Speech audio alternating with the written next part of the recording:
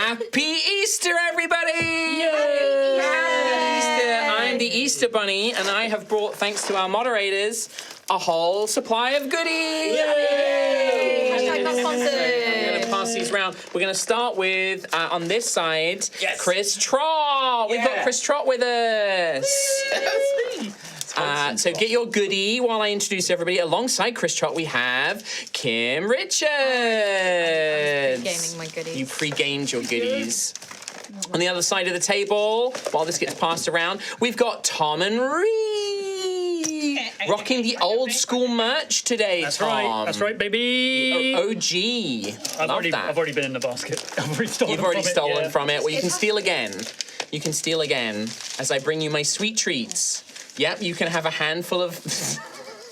Oh, no. That's the good stuff. I was not expecting you guys to do that. You have to clear that up You're now. cleaning that up later. Okay. Cut away from them, Sam, before they'll keep doing this for the bit. And I am always your GM, your bunny GM today, Mara Holmes. Hello, everybody. Your BM, your bunny mistress. Yeah. No Katie today. Sadly, she's visiting family. But yeah, we are here for another episode of High Rollers. So a big happy Easter Sunday. We're going to play some D&D. But before we do that... Whilst Tom's going to have to clean that up later. Whilst I get that sorted, I have several announcements. Should I take the ears off for our important sponsor announcement, or should I leave them on? I think it adds as something. It adds a little something. All right, I'll leave them on. So, Fuck's sake, Ray. today's episode, we have another sponsor, everybody. Woo! This one, it's a brand new one. Today's episode of High Rollers is brought to you by Wild Heart. Wild Heart is a brand new 1 to 4 player co-op action RPG set in a rustic fantasy world. Each campaign is short with bite-sized 10-hour main stories, perfect to play through with some friends over a few different evenings. There is also lots and lots of sandbox open content for in between as well. It's inspired by West March's style TTRPG games, so you can easily drop in and out and swap out who you play with to make scheduling easier too. Made by a new indie dev studio of 10-year AAA industry veterans who left working on big games to pursue their dreams of making this fantasy RPG. Because this is an indie studio, they have launched on Kickstarter last week. They actually have some really, really fun reward tiers, including being able to leave a personal message in the game, so you could leave your mark on the world, or you could put things like a family recipe or a tribute to somebody you love, which I think is really cute. You could also do their basically like help a developer tier where you can join a Discord call with the developers to co-create something like a legendary weapon, an in-world painting, an emote, or a monster, which is really cool. You get to actually put something into the game if you support it. And then there are loads of stretch goals, including new playable ancestries, recruitable pets, adding voice acting, NPC romances, and even a DM mode where you can customize the server settings. Wild Heart is out in early access later this year on PC and hoping to release on console in 2027. There is a QR code and a link and all of that good stuff to go check out the Kickstarter. This is a really, really fun looking game. I think it's perfect for the High Rollers audience. And as we always say, we always try to work with sponsors that we really like the look of and actually we think really suit the vibes as well. Go and check it out down there. Kickstarter. Yeah. Go check it out. Support them on Kickstarter. This one looks like a really fun one, and actually, I think it's the kind of one that we would all quite happily play ourselves as well. It looks awesome. You can, you can be like a really cute little goblin character in it as well. She looks so cute. Yeah. I really love it. Or you can be a big ogre man. Why look at me? Why would I look at Chris Trott for a big ogre man? I like the idea that you can drop in, drop out of missions. Yeah, Like, and also like having Monday 10-hour problems. campaigns. Like I don't want to play through a 200-hour campaign. You know, scheduling that's a real pain in the ass. But a 10-hour, like couple of evenings, you can play through that with your mates. Really lovely. Love that. So that is Wild Heart, who sponsored today's video. So please go and check them out. Other thing that I wanted to mention, we've mentioned it before, but I do want to kind of remind people about it, which is D&D Fan Expo. Excuse me. That is happening on August 21st to the 22nd. This is a big, massive D&D event happening in London at the O2. And yours truly, the High Rollers, we're going to be doing the opening night on the 21st. That is going to be a live show. Tickets available now. You can get that. So that's going to be the opening show. It's going to be another great live show that we're going to be putting on. Great opportunity to meet all of your fellow High Rollers fans. But also we suspect there'll be quite a few like just general D&D fans as well. So it might be a nice chance to come and meet some new people, enjoy a show. And then the following day, on the 22nd, that is a full day of D&D awesomeness with vendors, events, panels. We'll probably be doing a panel or something like that. I know that... Talking Velux, wood. Yep, all of that, yep. Tiled. What other panels? Soundproofing? Garador. Yeah. Door pan, yeah. Other brands are available. Other brands are available. There will be signings as well. We're hoping to be doing some signings there like as well. billboards. Yeah, exactly. Yeah, billboards. A5, A4. Calligraphy. Nice. Reflective. Yeah. Reflective. Yeah, of course. Typeface. Yeah. All of that. Really, really good. Sounds That sounds amazing. And then there's going to be another big, awesome D&D live show in the evening with a bunch of our friends that we work with. People like Jasper Cartwright. My friend Jasmine Bular is the GM. That bronze girl. Loads of really awesome people. Neil Newborn. Samantha Bart. Loads of really cool people are going to be doing another live show there. But yeah, we'll be around on that full day as well. So it's definitely going to pick up the whole ticket for the whole thing. But come and see the live show on the 21st. You can just do that bit as well if you just want to come and see us do the live show. Tickets available now. Links can be found in the chat, in the video description, on the Discord, all of that good stuff. That is D&D Fan Expo happening in August. That is it for me, I think, unless there's anything I've forgotten announcement-wise. Because it is Easter. So if Chris you Trott, come go. across eggs, don't forget to thank the Fae fairies, otherwise they'll take your newborns. Really? Yeah. Is that true? It's true. Yeah. Oh my god. Yeah. Hey mods, was there anything on this paper? Because I can still taste it. Oh yeah, they laced that. They laced that quite hard. Okay. Okay, All nice. right. Well, that's going to make a great clip later on. Yeah, that'll be a great clip when Tom collapses dead. Hooray! That is it for the announcements. Let's run the intro and start today's episode of High Rollers.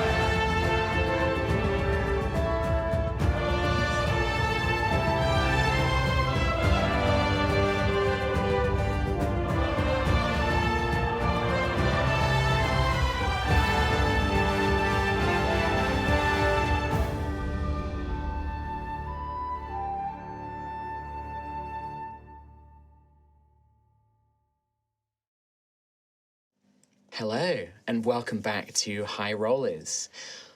Whilst visiting the ecliptic order stronghold called Gallows Eyrie, our heroes found themselves trapped as one of the powerful planar prisoners attempted to take over the facility. Edict, a gnome bound to the plane of law, the precept coil, had infected many of the guards and other prisoners with a powerful magical curse that bent them to her axiomatic mind. Having briefly taken control of Gruff and causing him to attack his friends, the Wild Heart Knight charged into the depths of the prison to face Edict directly. The rest of the party and High Inquisitor Argus raced after Gruff, and a terrible battle ensued.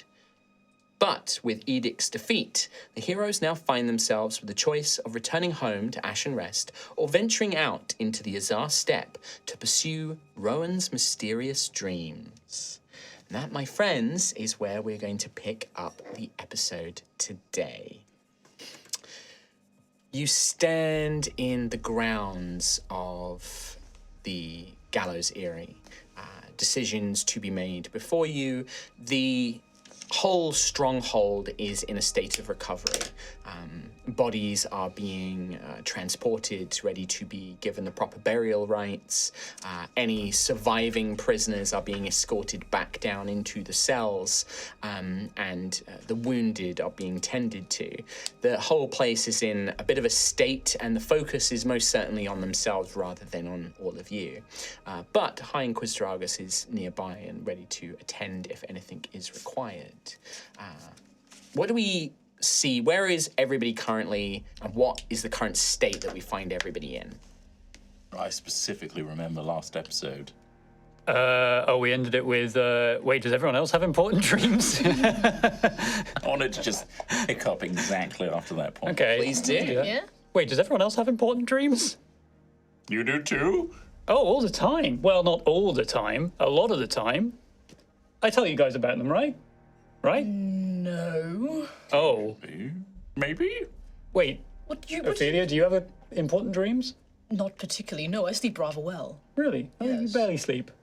Yes, very well. Gruff, important dreams? I just dream of Owen and my wife. But like visions of the future, or like, I don't know, No, guiding paths, that kind of thing? no. I had that. You did? Yeah. Yeah? Guiding path. Maybe a vision of the future. I don't know. Was it you? Was it us? Was it... Where were None you? of you guys were in my dream. Oh, Sorry. right. Oh, that's sad. Wait, Usually you are. it wasn't, you know, that dream, was it, Rowan? What dream? You know. The rather inappropriate one for polite company. No, Okay, all right, not that one. okay. This one was weird. And it felt different. So I don't know if it's similar to what you had. Okay, but did it feel like you were there? Like I was in it and I had... you were in it, and then you wake up and it's all not real, but Yeah, it kind of felt but real. it felt super real. Right. Okay. Yeah. So okay, where were And you? I could choose to do things. You or had full not. control over it. Somewhat. It felt that real. It's crazy. Okay, and what were you doing? It's fucking a rock. I knew it, Rowan. Rowan, He didn't say it in the voice, so it's not canon. He said that in a Chris Trott voice because he couldn't help himself. And what choices never did you can. make? Also, how does that even work? It's just... Well, if it's one of the ones with... Yeah. Anyway. I was on a path, and it was a winding path, and there was storms all around me. Yeah. Sounds terrible. Big lightning bolts, but it was somewhat inviting at the same time. Strange. And then I followed this path, and it started winding upwards, up a mountain of sorts. And I felt the pull, almost like I wanted to go towards it. And that's when I saw this smooth. Kind of smooth, this kind of dull grey rock kind of embedded into the top of this place. Smooth, worn, as if worn down by ages of wind and rain, with this almost perfectly flat surface. Almost looked altar-like or as if used in various purposes. I didn't use it in that way. But I saw this, and it came out of the ground, Yeah. and it looked otherworldly, but not at the same time. It looked and felt inviting. Wait, like proto-magi? No, Oh, not like that. okay. It felt more godly. Felt similar to when you've connected with the earth, when you use your powers. It felt like the power of Altheya. And to solidify that, as I got closer, I saw the veins of Altherite Oh, okay. through it. And it felt so real, like when we were underwater and we saw that vein in that little village. And And you recall, Rowan, that process of that stone, it did remind you of something. It reminded you of like a whetstone, something that a blacksmith would sharpen a blade against. And in fact, you remember doing that with the blade and some sort of release of power. I was going to that bit, but fucking... Sorry. I don't know how much Chris Trott remembers, so sometimes I apologize. and how much were you being guided through this? How much was the other guy saying? I had this pull, like I wanted, like Altheya wanted me to do something, but it was ultimately me that chose to get out the sword, Okay. and it felt like I needed to do something. Well, they wanted to see the sword, I think, but it was up to me to do something about it, and it was my. I don't know what is free will, Xanthus. That's a broad question on a. Did I choose it, or is everything predetermined? I don't have an answer for you there. I'm not in a position to answer that either. Yeah, it starts to feel like fate really is pulling the strings a lot of the time. You know. I mean, I'll also tell you what isn't free will, and that's being infected by the edict. Obey the edict. Oh, we have to kill Gruff. Is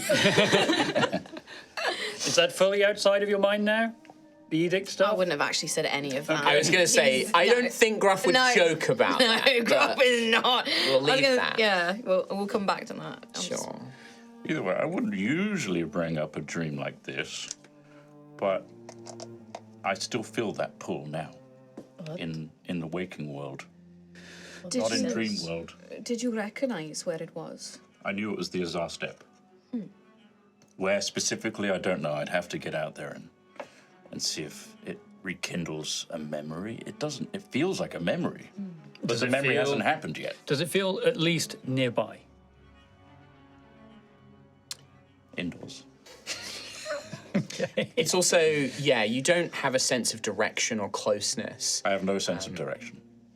You would probably imagine, Rowan, the Azarr Steppe is a big province, and you've travelled much of it. You've walked across many places, but there are all sorts of strange natural landscapes, and you've not explored them all. But it is the kind of thing that, the locals of the Azarr Steppe, something like that. This was a huge plateau, and you remember the line of stone monoliths, these great stone, almost like spikes or columns that rose out the ground that seemed to be struck by lightning, almost in a pattern. The sound reminded something like that. The locals would know. So hopefully, if you could find someone, they would be able to guide you. I have a great idea. From here onwards, we start tattooing a tally marker onto us every single day. So when we have a dream of the future, we can just look at our hands or our arms and we know exactly how distant in the future it is because it will have the updated That's so tally. smart. So let's start doing that. Tattoos? Okay. Daisy's like, I don't really want to get a tattoo, no. Oh, but okay. No, because, what if it's just a dream? What if it's not a vision of the future? Then we're just making loads of marks on ourselves for no reason. And also, I'm at day 300. It's not happened yet. No dream yet. that's on your arms, right? That would be really cool to get a terrifying dream and then you look at it and it's the day after. What if you start dreaming about your tallies, though? That's not an accurate. Yeah. How do you tattoo that? Also, isn't your arm the marker? Your fucked up arm. Yeah. Seems to get more fucked up after That's every true. other That's a dream. good point. None of your dreams thus far have been prophetic. They've always been Sassy. more poetic. Yeah. As you think about this, we do need to roll for fate. Whilst I remember, once I actually remembered. 1. Oh, well, that's 1 for me. 3. Oh, another 1 for me. 6. Oh, that's 1 for you. 5. That's another 1 for you. Oh, a lovely even Stevens. I don't know why I said 6. I rolled 4, which is still for us, but I lied. Why did you lie? I rolled a 1, by the way. 3 to so 2. quick with it too. Just I'll immediately. You just. I knew it was for us, but it just wasn't 6. I don't know why I lied. That's very interesting to know that you would just lie to me like that. I think I just round it up. I think I might need to see all of your dice rolls Don't from now round up all on. your Nat dice 20. rolls. I don't believe you It was now. actually 18. Yeah. Just round it up. Can you just watch his dice rolls? I'll keep an Thank eye out you. on this scam. I trust you, Rhiannon. Whoa, we got cheaters. We got a cheater over Round there. it up. Well, He's just lying. He's just lying about his dice rolls. I subconsciously lied, and I don't know what happened. You might need to see a therapist about that. Okay. All right. Hey, glass half full kind of guy. Yeah, exactly. I roll a round up. 4. It's the same result. I'll call it a 6. Optimistic. Wait, half full. Can you means not you're do that, almost please? I do need to know what you actually roll. Well, sure. So, I know I've won. I may as well make it good. with that,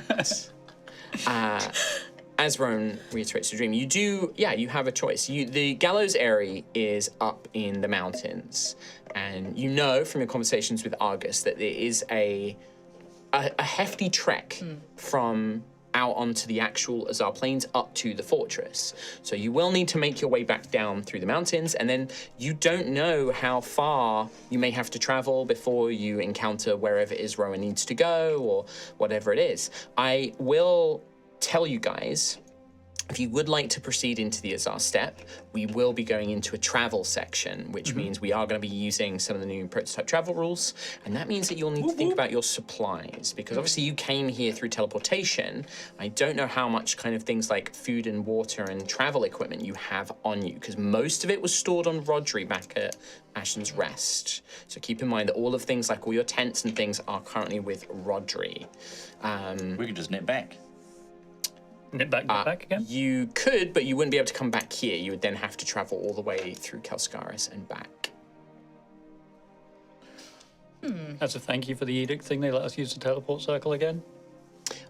They could send you to a place with a teleport circle. Ashen Rest does not have one that is publicly known. Oh, they we drew get- one out, didn't they? Can we get rations from them? You probably could get some supplies and things like that. Yeah, I'm sure that our High Inquisitor Argus would be able to furnish you with some basic supplies. Probably not going to be extensive camping equipment, but yeah, they can probably give you a couple of tents and some rations and water skins and things like that. We went shopping beforehand. I at least got everyone some clothing. You did. You yes. did get all the clothing. Yes, that So will. we at least have that. Okay. We don't have sleeping arrangements. I But have a bedroll, apparently. Okay. also, I have a big frame, and with that, big clothes, so someone can just sleep inside. Sleep inside your That's clothes. true. Like That is like true. that. You could enlarge. I can just enlarge and everyone What if you enlarge, take your clothes off, and then delarge? Your clothes will be huge. The Hulk's shorts. Yeah, that is always the question, isn't it? Yeah. And then you They- wear those clothes again, enlarge again, and then take them off. The clothes are magically enhanced. Infinite money you and glitch. They shrink. Yeah, they Damn return it. to their normal size. So yeah, basically, High Inquisitor Argus will furnish you with basic supplies, enough, but you need to kind of give an indication of like how many days you expect to be traveling, or like at least they can't just give you infinite food, right? Same with like they can give you each a water skin to travel with, and probably I would say like a couple of tents, basically. Okay. How about this? Yes. Because I already feel a pang of guilt For for taking us on this errand when we have more important matters. Rowan looks all the way up his It's not subtle. up Xanthias' arm very slowly. I'm not picking up what you're putting down. The whole arm there. We are very close to figuring this out. Me? Oh yeah. No, Rowan, you've travelled with us for a long, long time and you've asked for very, very little. If anything, all you've done is provided for us. So it makes sense that we just spend 20 minutes. Have a glance. A cursory glance. Look out the window. No, not there. No, he'll see it. Anyway, that's your entire credit used. Oh, look, guys, it's Fair just there. Oh, let's get back. Ran out of time, sorry. Another 90 episodes, then Yeah. maybe another 20 minutes. Yeah.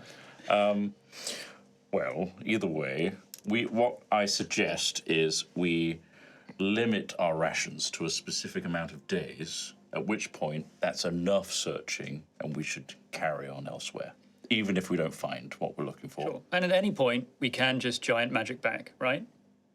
So we don't have to travel back. Please, Yotnir. Yotnir magic, sorry. Thank you. The Hearthstone is giant magic. Please. I think I know, dear. Do you? Okay, sure. So just To the air. one thing to check before we do this. So Xanthias has a bedroll, Daisy has a bedroll. Who else has I bedrolls? have and a water skin. I too have a water skin, yeah. Do not. But I have my bottle I of have- blood. It's good to know. I do have some rations. Yeah, they can. Well, I think that any rations you had on your character sheet, because those were when you were traveling with Rodri back in Cauldra, I'm going to say you don't have things like rations, because you wouldn't have brought like a bunch of rations with you here. You weren't My expecting to dad's go on a always journey. prepared. But they're going to provide you rations. We do have a bag full of probably not great pastries now. I am not counting those as Got a rations. shovel and a tent. But Oh, I the think bag you of got holding those will today. mean it's easy to carry all of this stuff, basically. Still got some pastries left, I think. Yeah, they're probably still in the stale window. I'm not counting them as rations. say it. I'm not counting them as rations. Too much sugar. Unhealthy. Too many carbs. Yeah, it's also like, yeah, it's not like travel rations, right? It's pastries and cupcakes True. and stuff. Yeah, Okay, so no thingy for I would do that. 1, 2, 3. I sense a YouTube challenge video. Well, I Live off Travel for- stale. Let's see. Let's live take off you. muffins for a day. I could easily. No, but while you're hiking, like the Brecon Beacons or something like that. I would no. Even if I had the correct food, I'd die there. Let's monetize it. Okay, hell yeah. So you speak with Heinquist Dragus, and they agree. Their supplies are limited, but they have also just lost a lot of people, and so they do have some food and things to spare. So what I will say, Let's mouth of food. less Hell mouse to yeah. feed. So they will Swings for provide, let's say 5 days worth of food for each of you, basically. Okay, cool. Okay. So that's going to be 5 5, 10, rations. 15, 5 days 20, worth of food. 25. Are we doing a party inventory of rations? I'm keeping might a make note of it sense. as well. Well, don't forget five that in each, this, five. this is all going to convert into supply points. And then we're going to track your supply points rather than like individual rations and stuff. Like your rations basically become a pool, and then depending on what happens, we're going to track supply. Because some of them might get lost, they might get damaged, there might be conditions where you have to spend more of them. But it's also going to include things like your bedrolls, your tents, water skins, water supply, all of that kind of stuff. Okay. Well, I've added 25 rations to the party inv. Sure. Oh, now I have to remove my 5. Yeah, don't worry about it too sorry. much. So, you gather up these various supplies, you place them, you place things like the tents and the bags of holding and stuff like that, and then your plan is to head out of here, is it? So anything you would like to before you leave Gallows Airy? So I wasn't here last week, and I've missed the end of the episode. I've caught up with most of it, but not the end. Was there anything? It's the best bit. Yeah. Shit. That was the entire thread that we just did there. Yeah. Shall I just? So will you go just and complete? Just let Kim finish. Shall I go watch it now? Bits boys. I'll bring it up on my phone. I can watch it If now. you just play it back into the mic so everyone. All right. Can hear it. Yeah. Okay. I'll do Bit boy, Kim, go on. Was there Bit boy. Yeah, that's anything your name. with Argus? Like after the fight, was there anything with? So he Argus? was injured, but he conveyed his immense gratitude to the party, saying that, yeah, basically if you hadn't been here, things would have been a lot worse, probably would have lost most of his followers and things, and maybe would have had to have sealed the place or something like that. So an immense amount of gratitude, and just basically there is definitely an implication that there is a good chance that this will be on his shoulders, that this failure will come back to haunt him basically. But that's kind of there wasn't much more than that because we were kind of wrapping up. But if you wanted to speak to him, if anybody had any questions or moments, there was also the case of Rakis, the child eater. He has been firmly locked away back in the cells. Okay, good. Argus and the others have made sure that he is firmly locked away. You probably heard his wailings and cryings as you were led out of the Don't gullet. listen to it, Ophelia. It was just the one child, He was so actually. cute. Like, it's just a shame he ate children. It's just the one Yeah, child. that's a deal breaker Yeah, for just me. the one child. That's the deal breaker. That's the hard line. That's the line I'm gonna draw. Yeah. Is there anything? Want to say anything to Argus? What happened with Han? So Han is he's staying here because that's his agreement that he has. And He's provided you everything that you guys need. Daisy has her new weapon, and I believe there was this idea that perhaps in the future, when you decide sort of when and where you want to fight the Jaeger, Argus or the Ecliptic Order may bring him to Daisy because they think that will draw the Jaeger to them, basically. Right now they're better separate because otherwise it might put a target on our back. Yeah, if Han comes with you guys or goes to Kalskaris, the Jaeger will turn up and probably indiscriminately cause a lot of damage. So Yeet. Okay. Has Gruff apologized for? well, I don't do any role playing, so don't. Yeah. Well, I heard these boys did great role play, No, so we played your character I thought mechanically. you should have done that for me. Is done the apology. That would have gone really well, I think. Yeah. Yeah. Was I think really sorry. I think the way that I had it was that Gruff was very internal, very quiet, just kind of keeping back, not really engaging. In that kind of he's clearly in his own mind and in his own thoughts about it. Just kind of hanging back and being quite reserved. Even to the point of when the Rakis matter did not seem to was too busy in his own head, basically. Is how we kind of Yeah. Well, he already threatened Rakis to just stay the fuck back. I don't have time for you, Charlie. Exactly. yeah. I think for now, I think Gruff is still in that kind of. Kim is very much making sassy comments every 5 seconds, but Gruff I'm is just still happy to be here.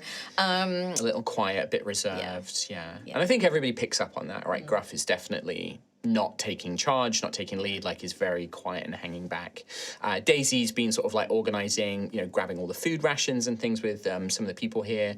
But yeah, if there's anything that anybody else would like to do, otherwise I will assume that you make your way out of Gallows Eyrie and begin your journey. Rowan's building this like puppy energy, knowing that he's about to go on a walk, and he just can't wait to hit the Azarr Steppe. Perfect. We ready? We ready to go? I think we're very close. Has everyone got everything they need? I think so. How are we all for rest before we go as well? Do we need to take a quick moment to just... You could stay like the day or the night here in Gallows It Eyrie. was a very tough... I know you're keen to go, but we don't know what we're going to face. I'm just...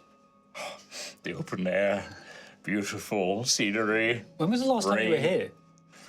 Oh. So when did we meet? That was about 3 months ago. I can actually look that up and tell you.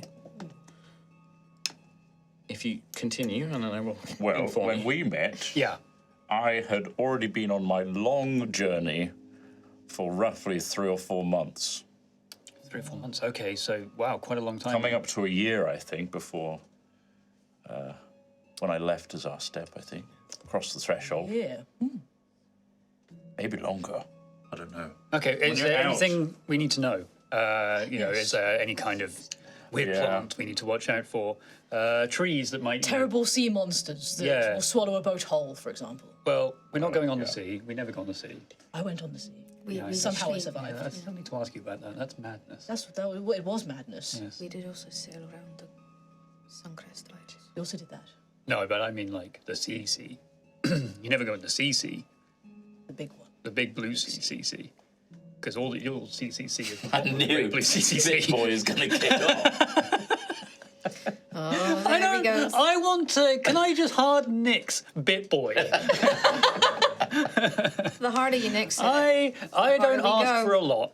I accept a lot. Bit Boy. You demand a I'm lot. getting rid Then of that. perhaps behave yourself and you won't be Bit Boy. It has been He interrupted the dream by saying he was 105. fucking a rock. It has been 105 But that's days. charming and whimsical. He's close, don't get me wrong. 105 days. So since 3 months. Looks like old Bit Boy was correct. Oh, we're okay calling you Bit Boy now. Oh! Well, don't forget that months in this have 36 days. Yeah, So it's just under 3 months. let's round it up. like I do with fate. Sure. But 105 days. No, there's no other treacherous things to worry about. Nothing at all. No. Okay, There's great. plenty. All right. It's a dangerous place, So just follow your lead. geographically, Okay. topologically, And you. the verticality, Right. Okay. somewhat. Yeah. And this, have you been across like all of Azarr Steppe? Is it I went through it, yes, from top to bottom, but I haven't done the breadth. Okay. So you've I seen. winded. You might I have took seen my time. You've seen this part of it. I've seen, potentially. yeah, across the south in order to get down to Kelskars. Okay. What kind of like Burnout. beasties are we talking about? Monsters like Yeah, at night and day? yeah, particularly night. A particular night. Okay. Okay. Wow, that's just like Crownfall happens here too, like I said, Yeah. Okay. because in my youth there was one nearby. Huh. Cool. Well, I not cool. did say Bad. that. Really bad. Yeah. Oh, you did. You probably did. Yeah. You're too busy rounding up. So there's plenty on offer, but don't worry, I made it. You know the right stuff if we start to gather like foods and stuff like that. If we Yeah. need to, we probably don't have the Edible rations, but flora, Yes. Fauna. Edible fauna. plenty. They Fantastic. all Vivian wants a fauna new hat. mostly has blood Wonderful. that I've noticed. Well, that's good to know. Thank And- you. Yeah, and these ones sometimes are warm-blooded too. Warm-blooded. Not all lizards. Don't give There me are too mammals. much There are mammals and things as well. It's not just Mammals. reptiles and worms. You should see the goats.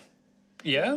They love to climb up these really treacherous vertical cliff sides and then like, whoa, I'm so high. But why are my hoofs up here? It's crazy. I watch them all day. I love goats. Eating them? We don't have to go to Azarr Steppe, actually. No, come on, we're right here. It's just We're just through going that. to eat all the wildlife. Let's not eat all the wildlife. Let's not eat all the I've not been wildlife. outside in a long time. You have. It's been a day. A day too long. You very much have been outside. No, I want to go back outside. I want to eat. Okay. I'm hungry. I think we're ready to go. Are you ready to go? All right, well, we need As- a long rest.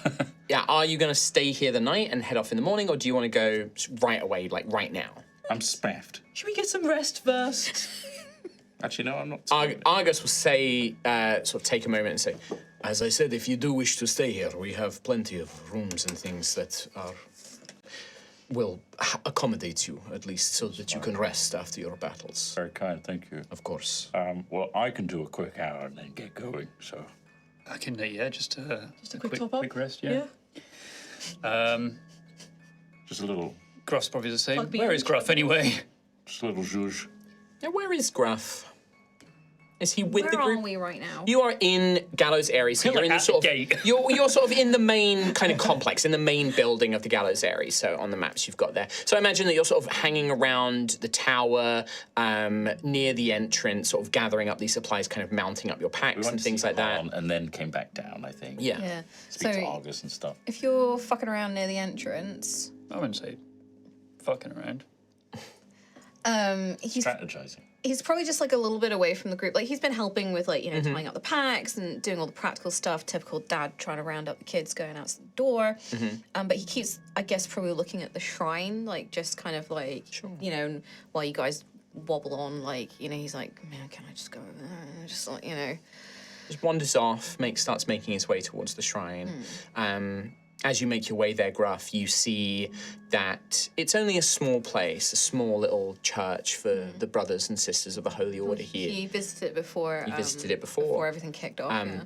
There are a few brothers and sisters, most of them wounded in some way, broken arms, gouges, slashes, you know, covered in bandages, who are either in mourning or praying. One of them, you see this brother, you think he's shaking from sobbing or crying, but you just see it's actually in rage, like just anger boiling up to the point in desperate prayer, his nails almost biting into his hands, they're clutched so tightly, and is directly by the Pyrrhus memorial.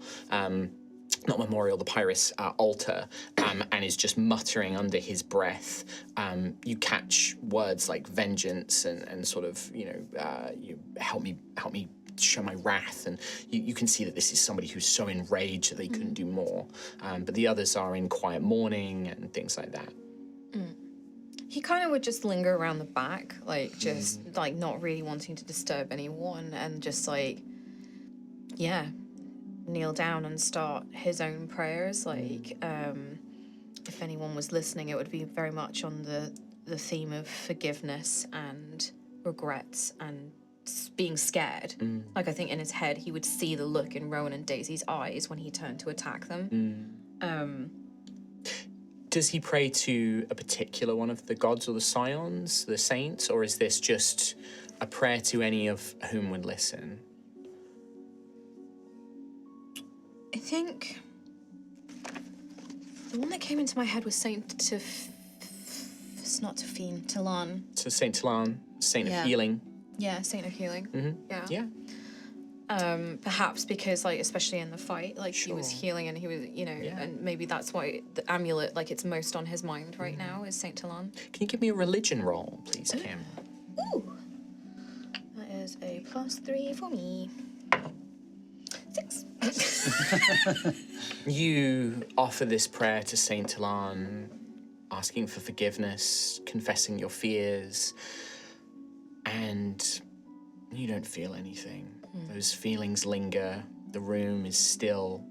You can hear the occasional sobs and shuffle of feet, but nothing comes to you. And I think Gruff almost expected that, wanted that, Sure. would have actually kind of hated it if someone did reply.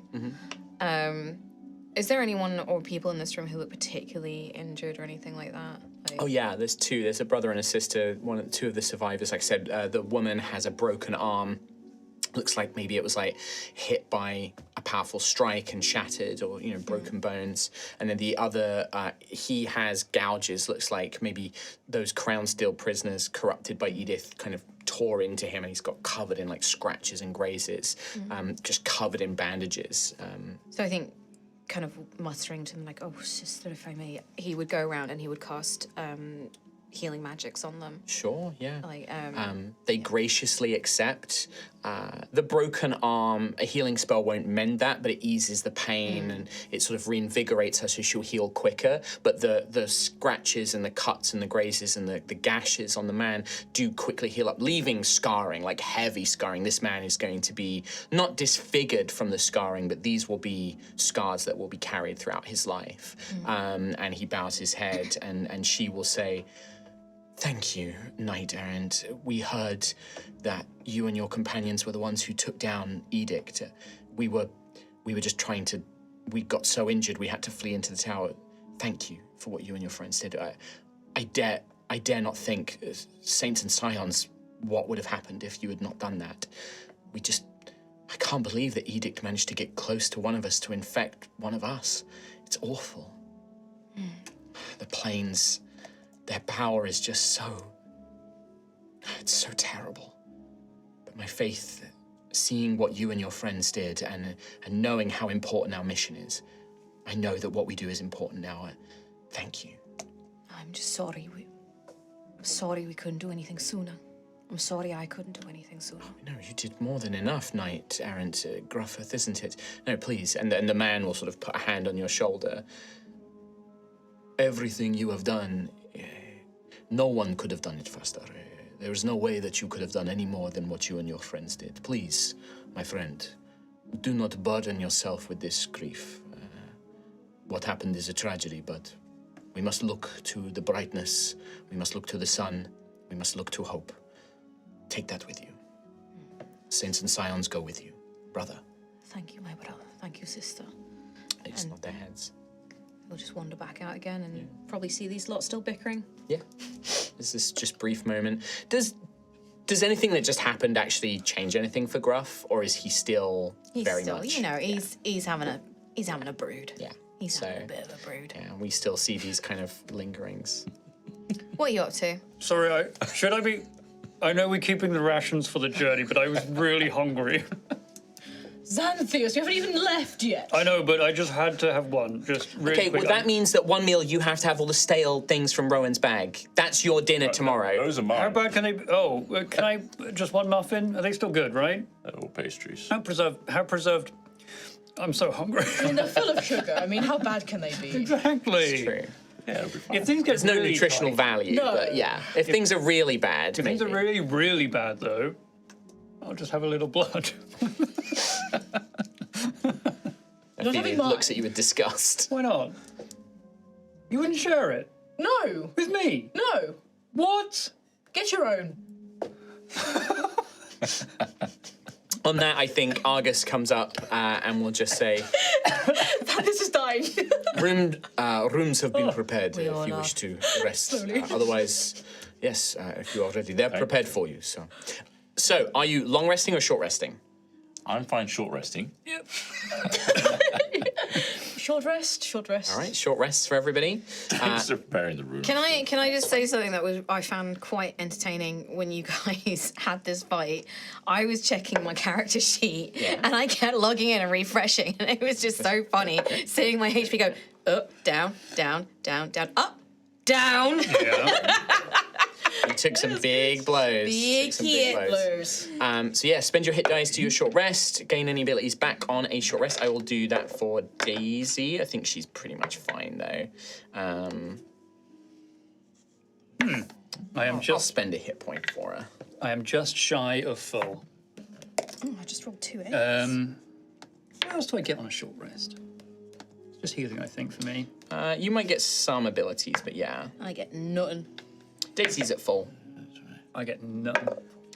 So I imagine that this is all happening probably I would say noon. Like you guys are getting ready to head out. It's about noon.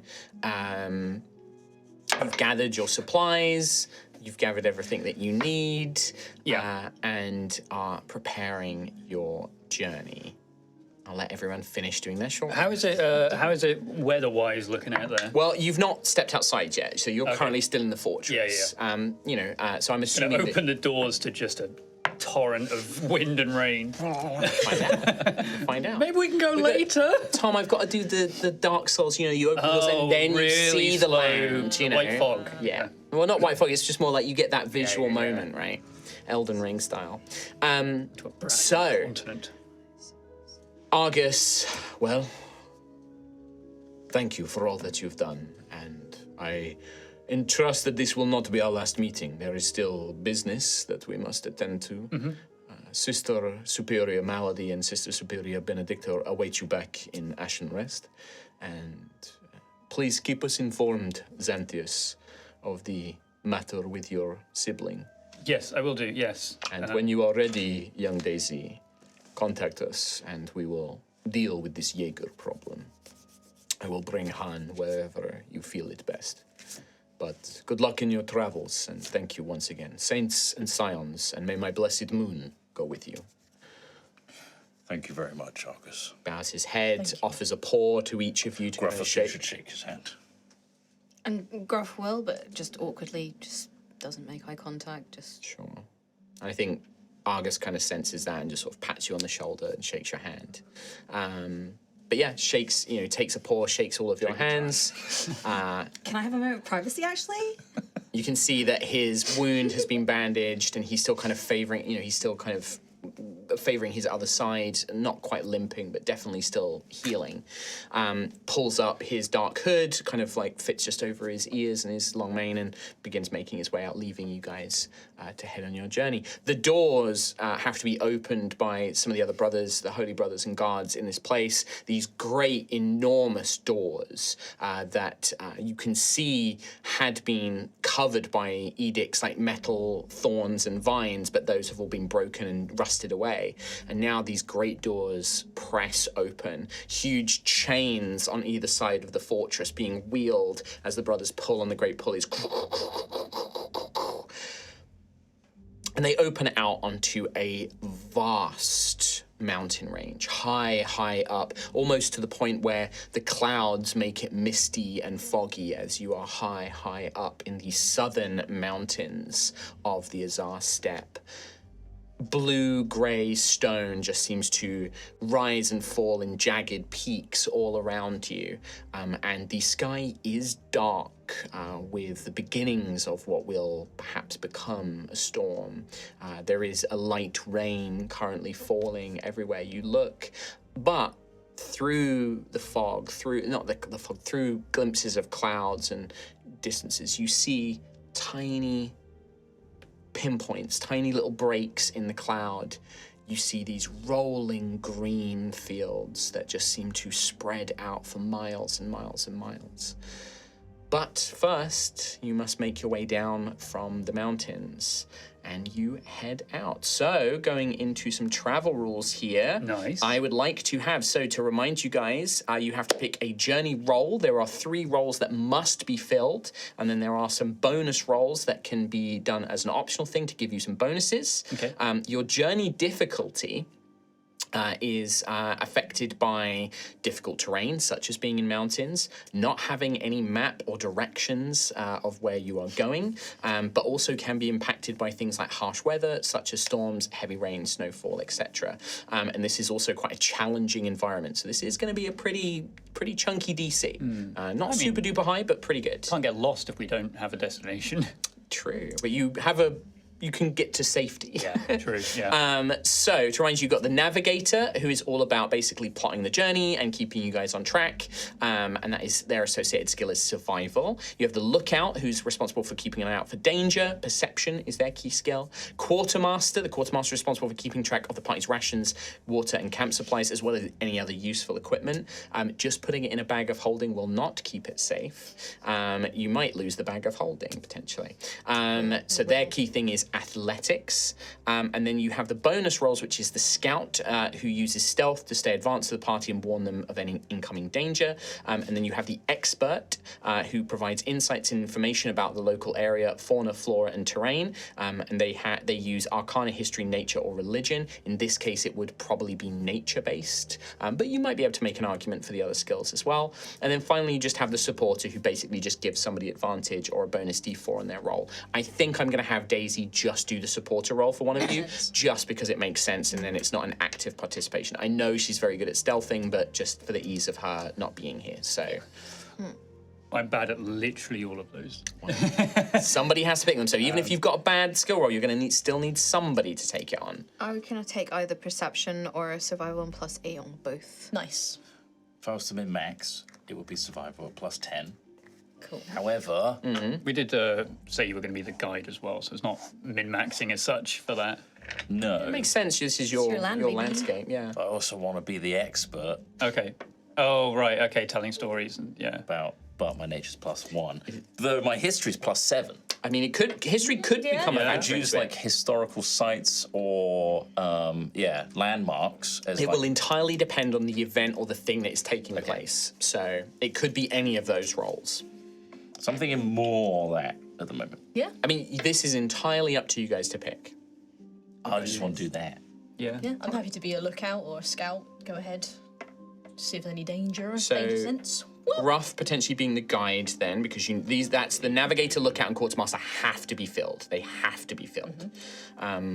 So Gruff, navigator. Is that perception? That'll be survival. Survival. That's cool. And then lookout needs perception. So Ophelia, or do you want to go scout? I can go scout. Okay, that means, actually, no. Xanthius, you'll have to be the quartermaster or lookout in that case. Dave can help you as well. You're gonna have to. I'm not doing lookout. I can Yeah, tell because you don't forget, the scout and the expert are optional roles. True. So you have to fill the other 3 first before you do those. I mean, somebody could try and do 2, but you're going to get penalties if you try and do that. True. I don't mind taking just any. Well, I can do quartermaster if you want to do something else, or Yeah. Lookout for Xanthius? lookout if you want to do. Yeah, sure. Okay. What's your survival? Okay, everyone, don't worry. Anything's coming towards us, and I'll see him coming. What's your survival? Sunglasses down, eyes closed while walking forwards. What's your survival? My survival, -2. Same as his perception. Yeah. Yeah. It's okay, everyone. Just follow my lead, or just be reactive, I suppose. Let me know if you need my help with anything. Daisy, could you? And again, these are prototype rules, right? So these might get changed as well. Daisy's like, yeah, I can help Xanthius, yeah, no problem. And so she'll help Xanthius basically as I want to roll a performance check to convince everyone that I'm really good at this. I don't think there's a performance check Xanthius in the world could make. These people have know you been well. spending enough time with you. 3. Yeah, they've known you long enough. I'll round it up to 20, though. You will have advantage on it because Daisy's going to support. Nice. Hell yeah. Okay. So for the first leg of this journey, you guys don't also, I'm not going to tell you how many days this journey is going to take because you don't know. This is a brand new area. Don't know where we're going. I do know how long it'll take. So Gruff, can I get a survival roll to begin with, please? 10. Total? Excellent. Wait, what was that? 2. That was a +8. Oh, Roll yeah. 2. I think. Excellent. Usually, I'm the navigator, but I think I trust you so much that you should lead the pack this time. All he can hear is screaming. Like you're specifically Rowan screaming I believe in his you. head. You can do this. Oh, thank you, Rowan. I'll do my best, boyo. Cut to now. Sure. Falling into a river. As you begin, you set off about noon and you begin making your way. The first leg of this journey is a very easy switchback because there is a set path that the monks and the Holy Order have made. And in fact, you pass a couple of watchtowers. You can see that this sort of zigzag switchback, there are a couple of watchtowers to prepare for anybody trying to assault it, the actual fortress. But then you quickly just go onto a very unused, very rocky natural track. Like there really is barely any sort of track to follow, and you are just trying to hike through these high, quite intense mountains. As I said, the mountains, the rock here is this kind of almost slate grey, blue tinged stone.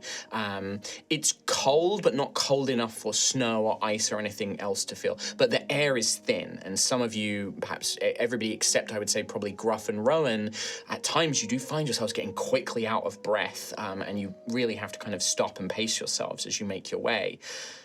After several hours of traveling, as the sun is beginning to sort of descend, you are making your way when you find yourselves, you reach a point where you have to narrowly sort of begin sort of scooting and crossing across very narrow parts of this mountain's pass. And as you are traveling, this is the journey event that I just rolled.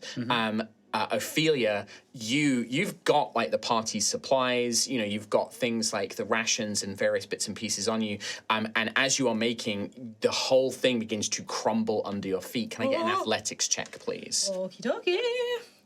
I have advantage. Oh, yeah. Do you only get advantage when you're When raging? True. Oh, not too bad. 17. 17 is just enough, and actually no, because the weather is, I forgot to mention this, it is heavy rain, like as you were making your way journey, a storm is beginning to brew. I did roll to see it was going to weather. The rain is hammering down. This storm is beginning to build and build and build, and you go to reach out and you catch yourself on the rock, but it's so slippery and wet that you do fall, and one of the water skins and several packs of rations all go flying out. You lose some like various pieces of equipment like rope and things like that, and you are going to lose some supply points. Can you roll a d4 for me, please? Yes. Yep. 4. Oh, good. Okay. The high is better, right? Yeah. Okay. Just the point, you had 44 supply points, you are now at 40, so I'm going to keep track of that. But yeah, so as you're making your way down, Ophelia slips, you scrape all your like legs and things like that. Nothing to cause you severe damage, but you watch as various cooking implements and rations and one of the water skins goes tumbling down and is lost. T-Bell! Scratch resistant! You carry on for the remainder of that day, and that storm, what was just heavy rain, you begin to hear the peals of thunder, and in the distance you see flashes of lightning out in the clouds. One thing you notice as the storm, and this is a raging storm, the clouds themselves, it's almost as if the clouds begin to form an enormous dragon that covers the entire sky. And those peals of thunder, they begin to sound like roars of a dragon. And almost the lightning seems to fill its wings as it flies over. It comes and goes. It's not always ever present. It's like the cloud takes that form for a brief time and then sort of dissipates into a regular storm. But as it does, it seems to take this place. One thing that you notice as you are traveling, as you're nearing the end, the light's fading, you're looking for a place to take for a moment of respite, and you notice that out of the mountainside, it's strange, you've never seen this.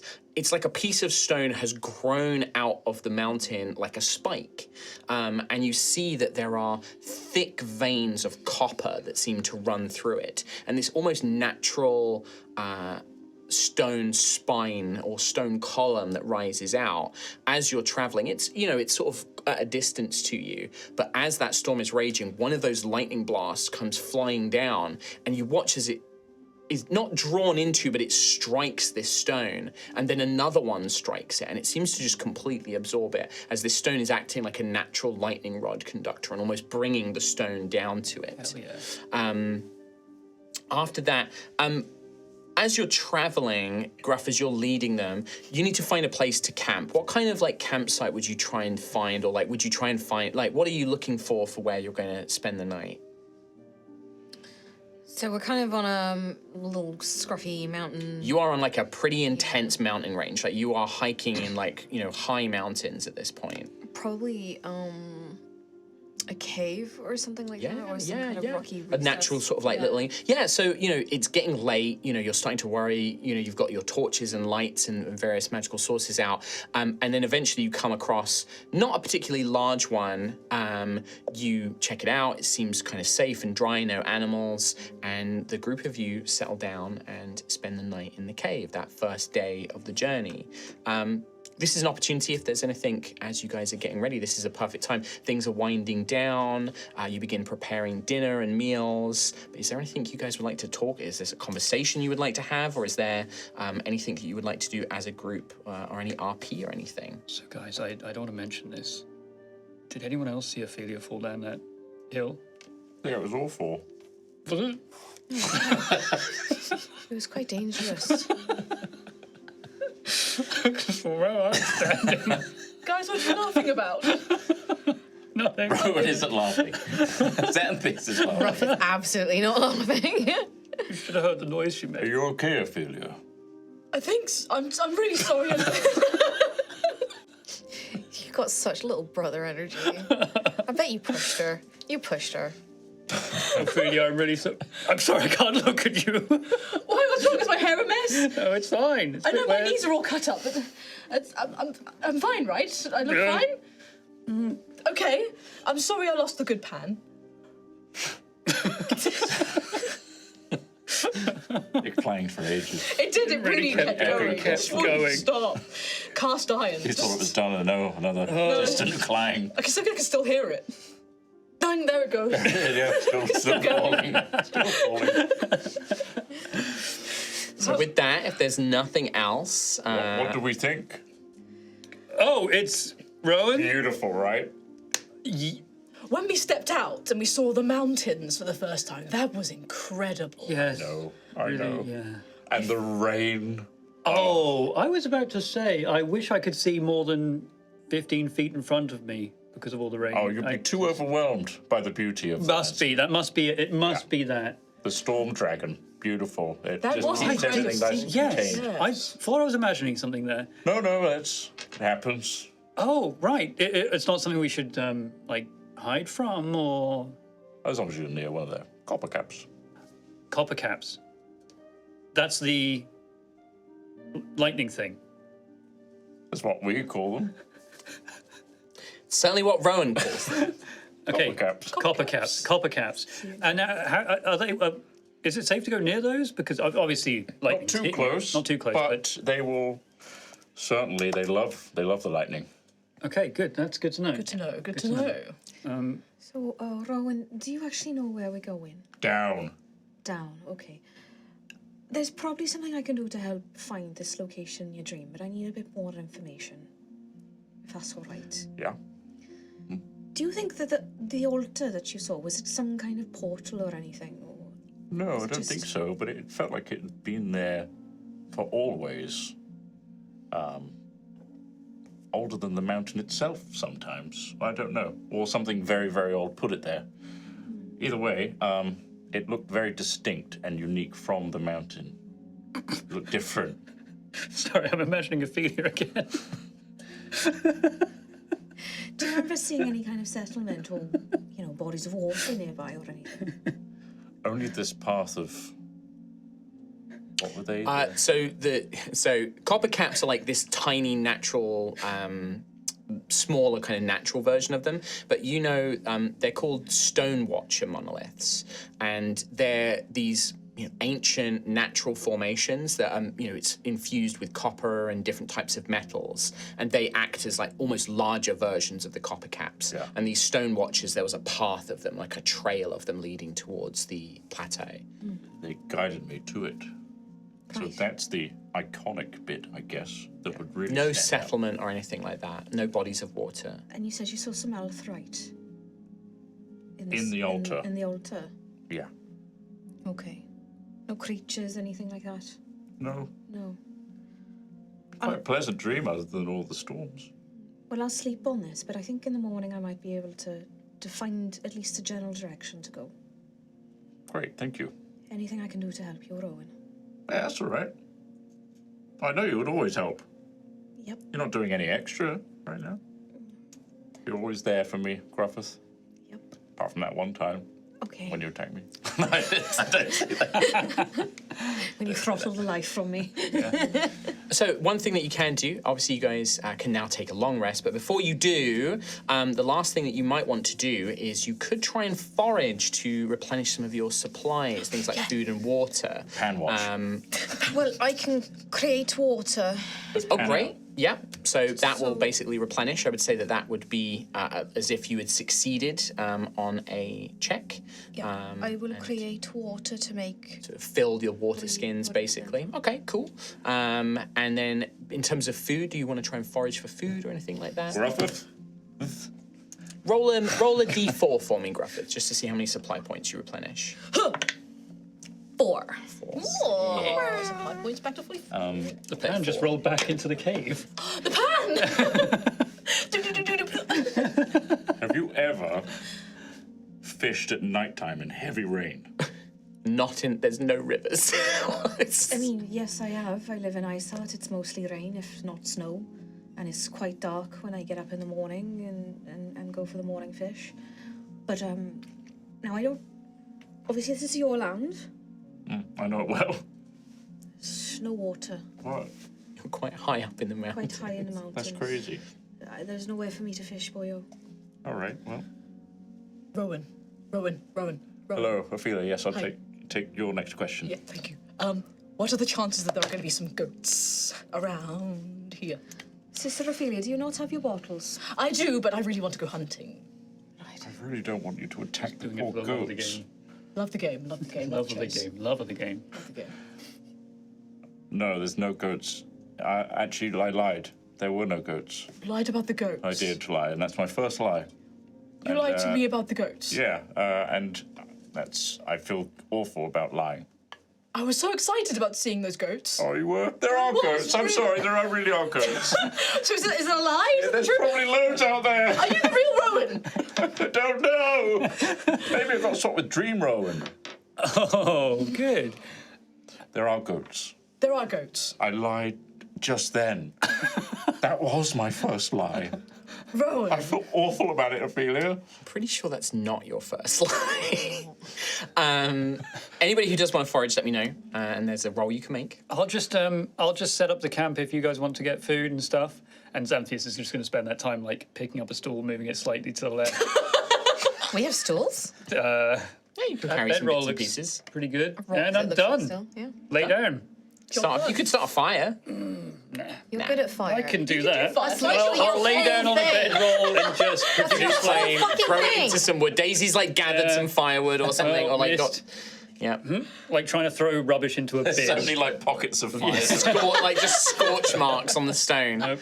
All right. Nope, So while that's Xanthi's doing that, Ophelia, you're going to go I'm gonna foraging. go hunting, please. All right. Can you give me a survival roll, please? That's the same noise she made when she fell down the hill. Oh, It's pretty tricky in this terrain. 11. 11. You spend hours trying to hunt. You try and search for these goats. Goaty. You I won't touch you. We don't even get Travel worried because we around. can hear you. you have dark vision, so you're not stumbling around in the dark or things like that. But you wander around, and at some point, whilst you are trying to search for these goats, you find yourself at some point, I imagine, like a kind of what would be like a good, like something bad to happen to you in this environment. Break a nail. Trip on the pan. Let's The pan leave the hits pan. you in the head. The pan is gone. Let's make that very clear. It's someone else's pan. Oh, another one. No, I imagine, or maybe it's just you basically lose your way and you don't get back to this cave. You get lost and you lose out on sleep. Yeah. Because you fail. Unfortunately, you fail by a significant amount where you gain a level of exhaustion Oh. as you spend the evening trying to forage but have no success. As you failed the DC by a significant amount. So Ophelia does not return till way later into the evening, exhausted. The rest of you sort of Sound asleep. yeah, and Before hungry. Ophelia returns. Yeah. We're not worried. Hours. Yeah, we're not worried. She'll be back. I'll do You first. can all take a long rest. Nice. And subtract 10 from your supply for your rations and things like Nice. that. So you're at 34, I believe. Yep. Are we using 5.5 rules? Recovering all or half hit dice? It should be, I think you only recover half hit dice. You don't recover all hit dice. Or is that a new thing in 2024? There's two options in 5.5 D&D. is recover all. So there you go. I think that's stupid, but I think that's really We dumb. can check. We can literally pick which one we want. I think I prefer the other one because I like the idea that like you don't always get like it kind of means that like you then are forced to take longer rests like in a town or a settlement like to get all your hit dice back, right? Like I think like giving all of it like because you already get all your hit points back on a long rest, like you shouldn't get all your hit dice back. I don't get that. I guess So they want a half your more heroic total thing. you I would recover. say you get half your hit dice back, yeah. Okay. That makes sense. But yeah, and then you start on your next day. Thankfully, I will tell you that thankfully, as you awake in the morning, shivering, you were drenched, you were cold throughout the night. Whatever fire Xanthias made, has managed to dry out most of your clothes, but it was still quite a miserable evening. As you awake, the sky is remarkably clear on the next day, and the air is fresh and clear, and you can now see through the mountains. You're still quite high up, and the mountains sort of cover you on all sides, but you can now see like a great sort of green stretch and like dusty fields and things like that stretching out before you. Not high enough to really spot too much like detailed like settlements and locations and things, but you can begin to see the Azarr Steppe proper. Beautiful, stretches out for miles and miles, and in fact in the fair distance, Gruff, from here you would very, very faintly maybe just be able to make out on the far, far horizon what would be the jagged peaks that start the mountain, the collar that leads into Ice Heart, maybe. But it's, this is obviously hundreds and hundreds of miles away. But yeah, so again, if everybody is taking it up, I need your navigator, which is Gruff, to make a survival check. Well, before we do that, may I cast Commune with Nature? You absolutely may. Can you read the spell out and tell me what you So want? it's what I did when we went for the Paladrax. You commune with nature spirits and gain knowledge of the surrounding area. In the outdoors, the spell gives you knowledge of the area within 3 miles of you. In caves and other natural settings, the radius is limited to 300 feet, so I'd do it outside. Do it outside, yeah, 3 miles. Choose 3 of the following facts. You can learn those facts as they pertain to the spell's area. Location of settlements, locations to portals to other planes of existence, location of super cool creatures, location of the most prevalent kind of plant, mineral, or beast, and locations of bodies of water. So I think on that one I would search for Altherite. I'm curious about portals to other planes of existence, because I think Gruff's thought was like if it's linked to Altheya, I got it like maybe there's some kind of like, I don't know, weakness of the veil or something like that there. And I don't know, I kind of want to double up on minerals and be like the kind of minerals that would be in those stone watches, but I don't know if that's allowed. Like you could pick like copper or something like that and just try and search for that. What I will say is 3 miles is really not going to get you far. It's going to get you basically to, I would maybe say, the base of the mountain range. It's not particularly far. So you cast the spell, you commune, and you get a sense of this mountain range. But you don't sense Altherite, you don't sense any planes of existence or portals. You do sense that there are, vast amounts of natural metals throughout this mountain range within the 3 miles. Likely there are caves or mines or natural veins of those metals present, but nothing that really would indicate anything out of the ordinary. Unfortunately, you are just 3 miles is just not a big enough range as it currently is, but could be cast tomorrow and continue to be cast to search for these things. Well, unfortunately, I can't really get a reading. I was trying to remember when we were under the sea looking for Paladrax, I was trying to do that again. But I can't get a reading of any Altherite or anything like that.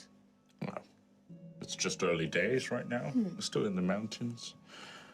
I think we just keep going down and then make our way forward. I can try again tomorrow or even later today, but perhaps we should make some distance before I try casting the spell again. I reckon we'll hit the bottom, get a whole new perspective, and I'll be like, it's totally that way. Sure. Are you feeling any different now, or What do you mean? it's just, compared to yesterday? Do I look different? You look. I could have been swapped. You might have been swapped from your dream self, but do you feel that pull again? Anything guiding you in a particular direction? I think I tried Spin to around. dream.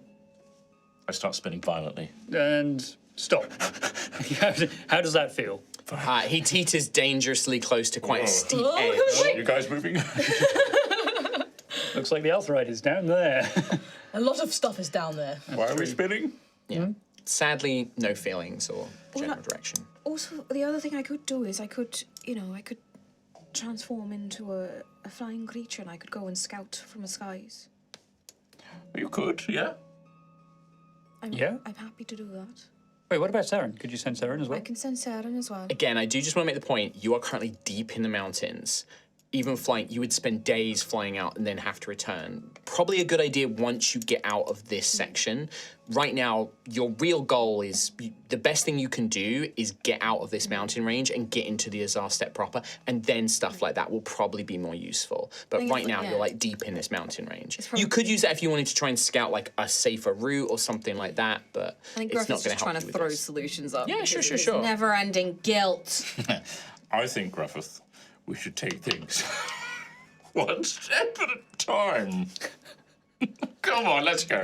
Okay, hang on a second. with that, that's I'm going the to line. rustle a bedroll. Come on, Daisy. Daisy, grab the end of the bedroll, start Drag. dragging. Perfect. Would you like Daisy to do the same thing and support Xanthias again for lookout? Yeah, that makes sense. So can I get a survival Actually roll done from it. Gruffith, please? Haven't done a lookout roll yet. The DC is lower because the weather is better today. 28. 28. Oh, very nice. My brain cell has activated. Brain cell. Brain cell. My brain cell. At the cost of speech. Hey. I just sprained it a little bit. It's fine. You, fine. Gruff, I think maybe that first night, win the storm and your mind racked with guilt and what happened in the fort. But today feels a bit clearer. You're like, no, you're set to your purpose. You want to help Rowan, you want to help your friends. And you make great travel with the weather being clear. You travel for the whole day and don't encounter any troubles. You manage to make your way down, weaving your way through this kind of natural path, perhaps finding like an old goat trail that is like, oh, this is actually a pretty safe way for us to go. No goats yet. But you do travel for the full day. You make camp that night. This time on the camp, I won't ask you what you're looking for. Instead, I will just give you one. You come across a strange, as you're making your way, following this maybe like an old goat herder's trail or something like that, you come across a rather tall, plain stone building. Nothing on the inside, just a simple wooden door, shuttered windows, and, you know, not even like steps or anything like that. The roof is angled with the shape of the mountain to kind of ease wind blowing over it and stuff like that. Looks very crudely made. But Rowan, you would know, you recognize this. This is called a bothyak, and it means wanderer's house in Giant. And it's basically for hikers and travelers. Like, it's a safe place to spend the night, basically. And, you know, with Gruff's excellent roll, you guys managed to camp in that, and it provides you perfect shelter for the evening. Again, is there anything, like, as you make camp, is there anything you'd like to talk about, or anything you would like to do? Would anybody like to forage? Try hunting again. You don't have to. It's just if you want to try and replenish some of your Did you supplies. get back last night, Ophelia? I don't know. The sun was starting to rise by the time I got back. Starting to rise. Yes. You Oh, didn't wow. have any goats? No. Oh. I think I failed every single hunt I've attempted here. That's a shame. You should probably stop because it's quite treacherous out there, and we don't want you falling again. I really want a goat. Me too, but not for the same reason. They have weird eyes. Anyway, here's a yak-yak. Bothyak. A what? A yak-yak? Yak-yak. Bless you. People call them both-yaks, but I call them a yak-yak. Yak. Bothyak. Both-yak. And what does that mean? It means rock dwelling. Rock dwelling. Okay. Off the mountain. Bothyak. Bothyak. Yep. So you love Boths? It's a different language, Xanthias. Oh. That's also not what it means. Okay. Sorry. You love yaks? Different language. Right. Okay. Sure. I don't actually know what it means. You lied again. What is it? I didn't say it. I did know. I just said I called them yak-yaks. But you said it was a rock dwelling. I did What skirt is it around the with truth, this? didn't I? What is it with this area? And I danced You're daintily around the truth. You really did. I'm so You're sorry. really experimenting with something, and I'm not sure I like it. I'm different. I told you I've been swapped. This is Dream Rowan again, This isn't is it? Dream Rowan. He's so Come back, fucking real invincible. Rowan. I swore. Did you hear that? I did. That is rather hear it. shocking, actually. Okay. Let's go to bed. All right, good night. Have fun with the hunt, Ophelia. No, I'm not hunting. Hunt's cancelled. No foraging today? I could do the create water again. Yeah. So roll a d4. Yeah. DOS. DOS, okay, so add 2 supply points. That will bring you up to 36. Tastes like Gruff. And then you guys take another juice. long rest, so you can get your more hit dice back. Yeah. Take another long rest, and minus 10 from the supply, so down to 26. I'm back up to 4 hit points then. Does anyone know any good games we can play tomorrow? I'm enjoying the journey, Rowan, I really am, but... Oh, there's so many games we could play. Okay, yes, yeah. Oh, we completed one. Find the yak yak. Right, Found okay, it. yeah, okay. Weren't even playing. No, well, that's a really easy game. Well, I suppose it took 2 days to find that, We could but play rocks. rocks. Okay, how do we play rocks? So everyone it's not finds- just look at a rock, is it? Because, again, Oh, yeah, but they're everywhere. everyone finds their favourite rock. Okay, and do we have to pretend they're like particular shapes or something, or just And no, you just look find at find the best rocks, and we will compare rocks. could find some rocks? I could find some rocks. Yeah. Okay. All right, let's find our favourite rocks. Let's find a favourite rock. Okay. All right.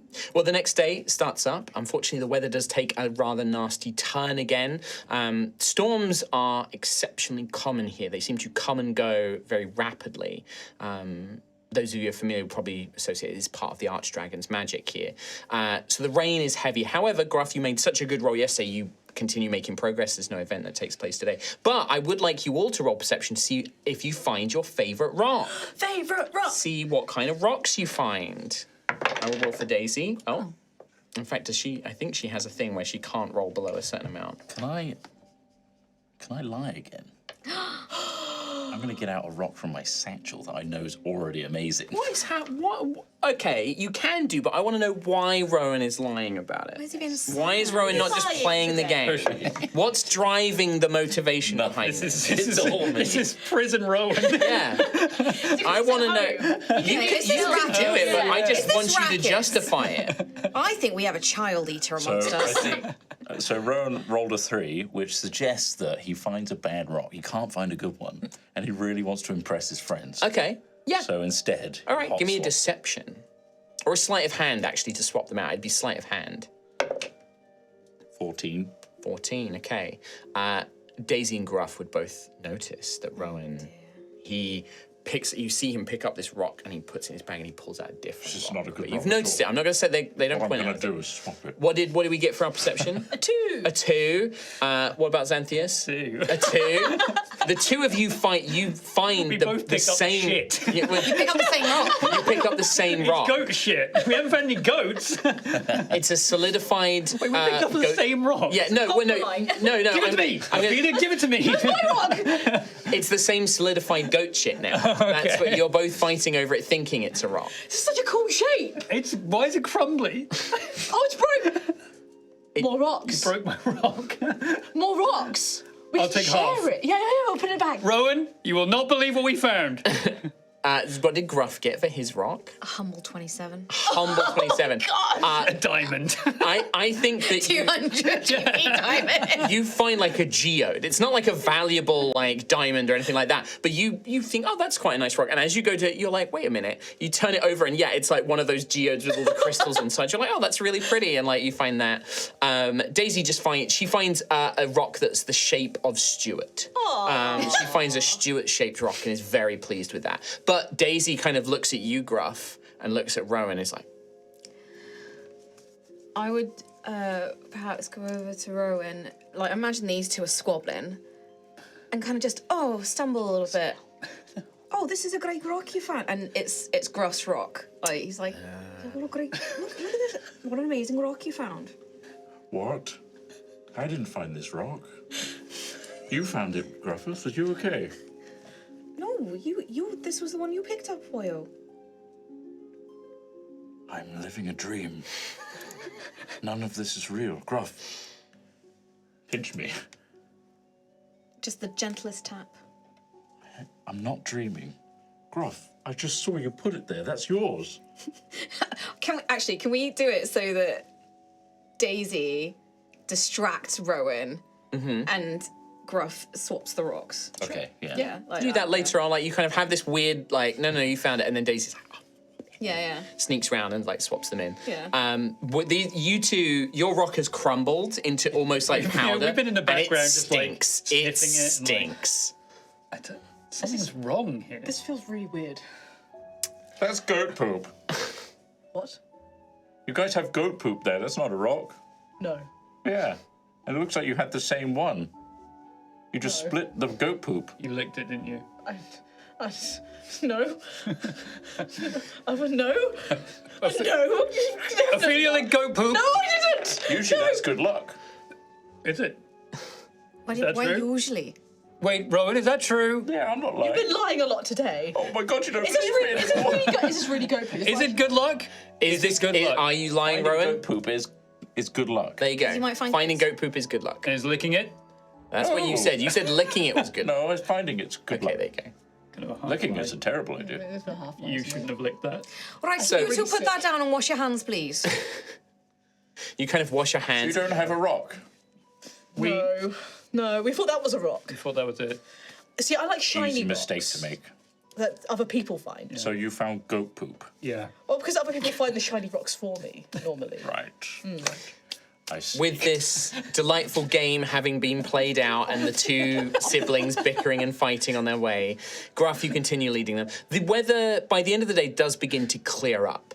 And just as the sun is setting, and you've made great progress, you're now basically in the lower parts of the mountain, coming into the hills, and now you can see that as the mountains have, cleared out to the sides, you are beginning to see the Azarr Steppe fully open. Hills, not mountains, but like large hills, forests kind of scatter the environment. It rises and falls in different places, and then there are these huge stretches of just flatlands. As the sun is beginning to set on your final day of travel, one thing that you see in the distance is flying through the mountains, a distance somewhat away, you see a pack of these reptile-like flying creatures with these long pointed beaks, storm wings as they're known, but they're pteranodons and pterodactyls basically. And you can see that their wings almost seem to gather charge as they fly through the sort of stormy clouds, and a pack of them fly through the air and begin making their way probably to their nest or to their home in the mountains somewhere. Oh, everyone look! Quick, a flyby! Holy fucking shit. That was good. That was real good. You should have grabbed Ree's head and turned it. Yeah. Rowan, what are they? Do we run? Storm Storm wings. wings. Who are you pointing at? Please. I'm trying. This is dangerous bit boy behaviour. It's not bit boy behavior. You pointed to a DM that doesn't exist. Look past that. Okay. Storm Wings. Storm wings. A flock of storm wings. Are they dangerous? Yes. Do they have hot blood? Should we run? No. It's quite a distance. It looks like they're flying away. They're They sort of just making their way home. charge, that's all, so don't touch them.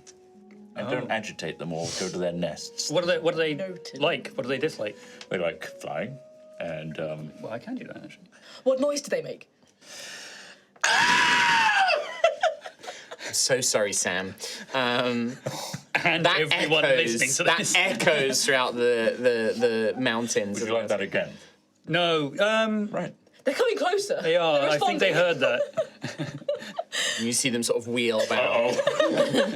seem to take Everyone in, take and then cover. they fly off again. They're flying back, and I think they're Randy. That's the other thing. They love flying and fucking. That's it. Don't we all? This is a cursed Mum place. It's a very silly mood today in this room. A very silly mood. Dial it down. We're on a journey. Yeah. This is a silly place. Thin air. Silly of this. place. Let's Yes, not that's go what there. it is. It is It's a the silly thin air. place.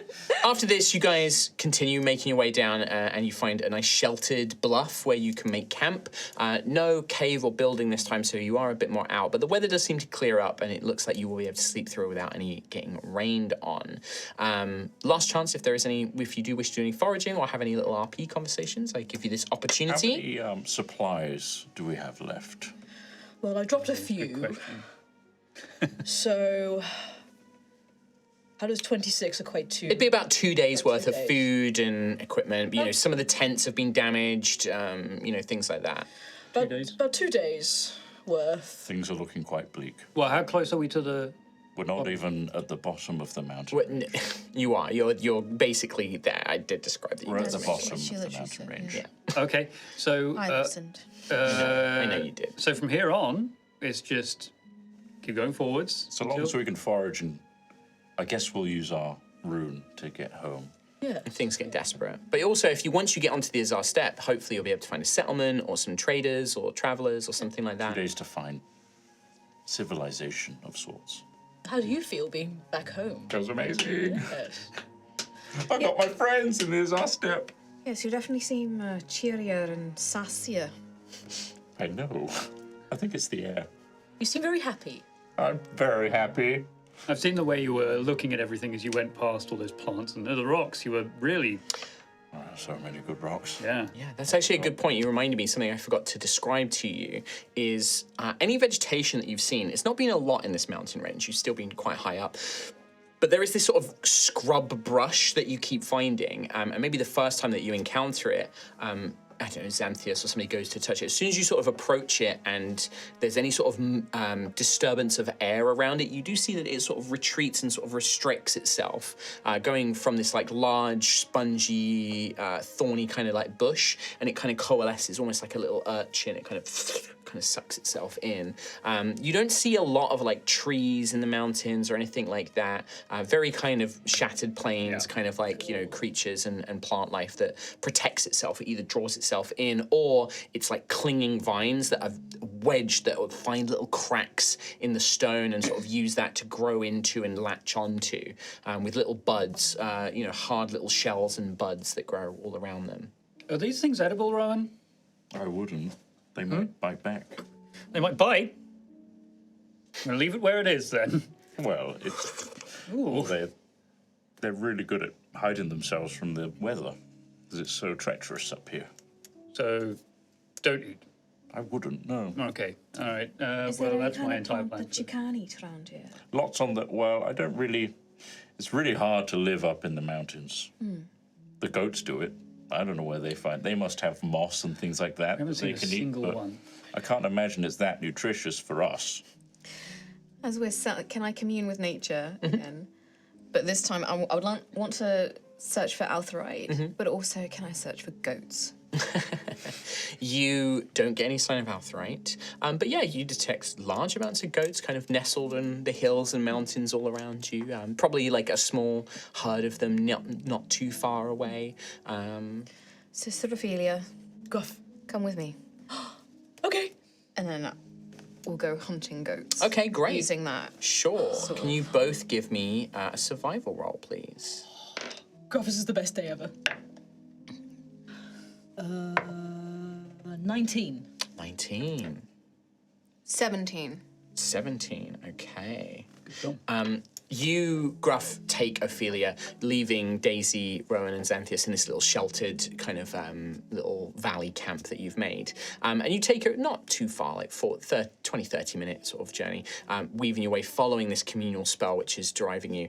And you find a tiny, thin, natural stream kind of weaving its way through the mountains now into these lowland hills. And gathered around it are a family of about 4 Azarian goats.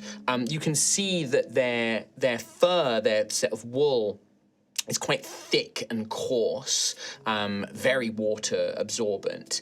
Their horns almost have rocky texture to them and almost seem to have veins of copper and metals kind of rolling through it, like the large stalagmite that you saw. Their mouths, they definitely have like a more protruded teeth, like kind of snout than sort of earth goats do. And you watch as like one of them goes up to one of these like plants, and as they approach it, the plant shrinks down. But you notice that the goats have basically developed the ability where they stand so still that the plant then thinks that whatever is there is gone, and it reblooms, and it moves so slowly that it doesn't disturb the plant, and then it chomps in one great massive quite vicious bite and just and then chews away at the thing that it's done, that it's grabbed, and they begin eating away. And you see these four kind of, and they're thick, quite muscly, probably quite fatty goats, well insulated. Is there any fish in the stream? It's quite thin, so I don't think that this would be like something you could fish in. But the two of you, if you wanted to, you could absolutely hunt these goats and harvest their materials, shall we say? Oh, I'm gonna upset Rowan so fucking much. You can do what you like. We can just sit and watch them for a bit. Aren't they amazing? They are rather. The other thing I would tell you is, like, you watch the plants that the goats eat.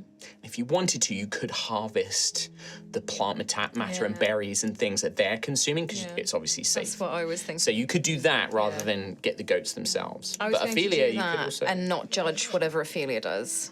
So I'm gonna start gathering whatever vegetation and things like that.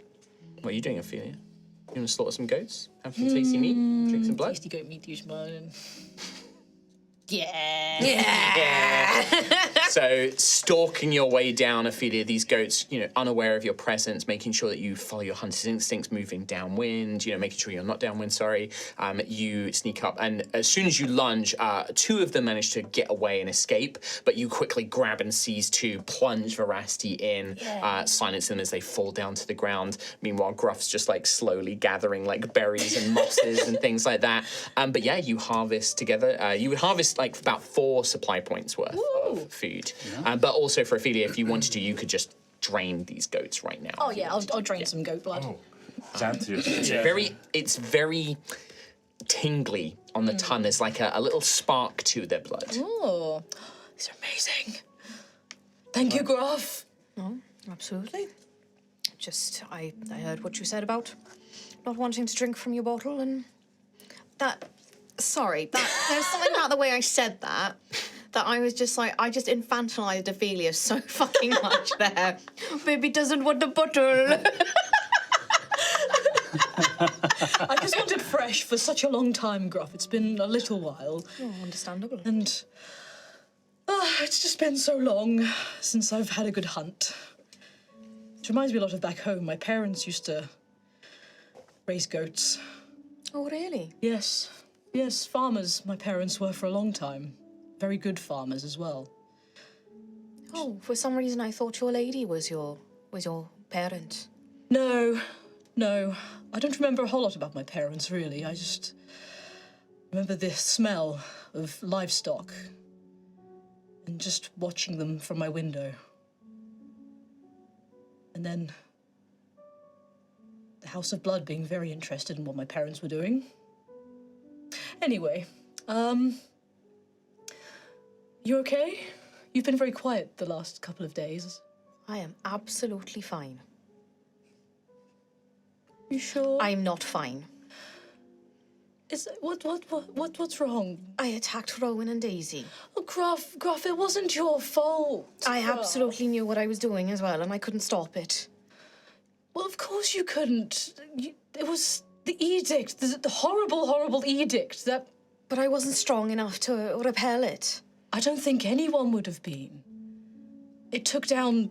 You were. Well, barely. It took a lot of help for me to get through it.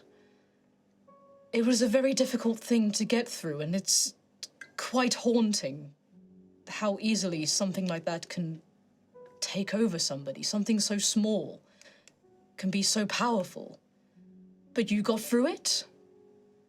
And it wasn't your fault, Gruff. We know that. It was just the look in her eyes when I turned and raised my axe. This axe that Lord Obsidius entrusted to me. And the first thing I did was strike my friends. But you didn't choose to do that. It wasn't your choice. We've had a lot of talks about choices lately and about what, the right things and the wrong things to do and etc. And I think you always do the right thing. I only try. And you always do. It took some otherworldly entity from the Precept Coil to make you do something wrong. And I think that says more about your courage and your strength as an individual than it does about your weakness. Thank you, Sister Ophelia. But I do think this is going to take some time. It's understandable. But you have nothing to apologize for. You're a good man, Gruff. Always have been. I wish they'd shout at me or something, They just seem fine. They seem like it's okay and they've already forgiven me and... They have. But Because why? there's nothing to forgive, Gruff. I could have killed them, though.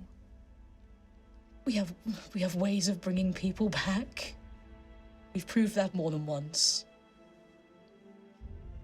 It's okay. It takes a toll, though. I can understand that. They should be able to trust me. And they do. I promise you that, they do. I do. I really hope so after this. You're a good person, Gruff. Thank you, Sister Ophelia. It'll be some time before I feel that again. Well, I'm always here. I know we are very different people, but we are aligned for the same causes, and you are a very good friend. And I hope I can be the same to you as you are to me.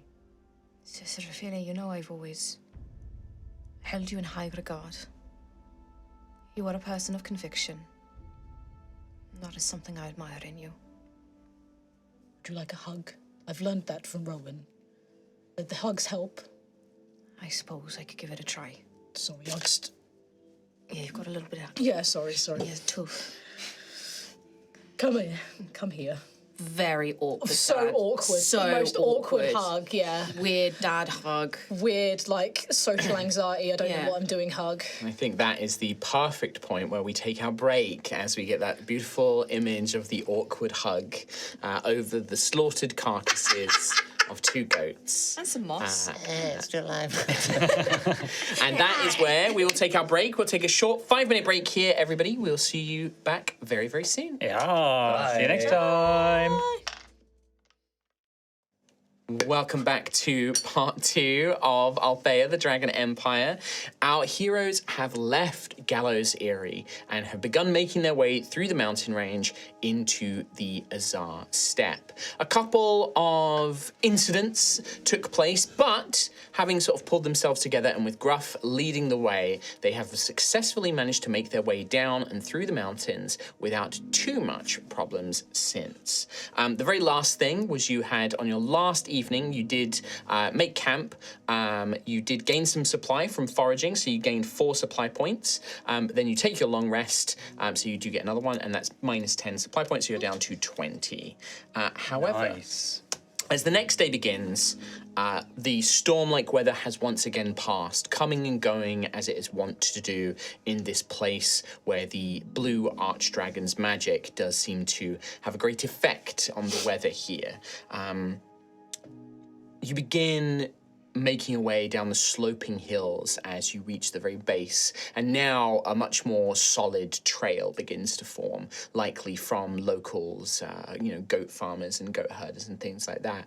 And as you make your way down, you now do see that sprawling plains just stretching out for miles and miles and miles ahead of you.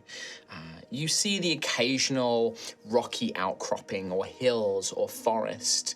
The forests here, stranger, a little, not completely alien, but the branches are very tight. All the trees are kept very tight, close together, or they're bending and very easy to sway with the wind and storm, almost willow-like in their design. but the rocky outcroppings and hills seem to be scattered all over the place. In some areas, the grass is long and Excuse me. the grass is long, kind of swaying gently in that ever-present breeze that seems to come and go. You can see, again, like I said, it stretches out for miles. What you do notice is that perhaps a short distance away, less than an hour's travel, there does seem to be a well-traveled road that seems to be stretching.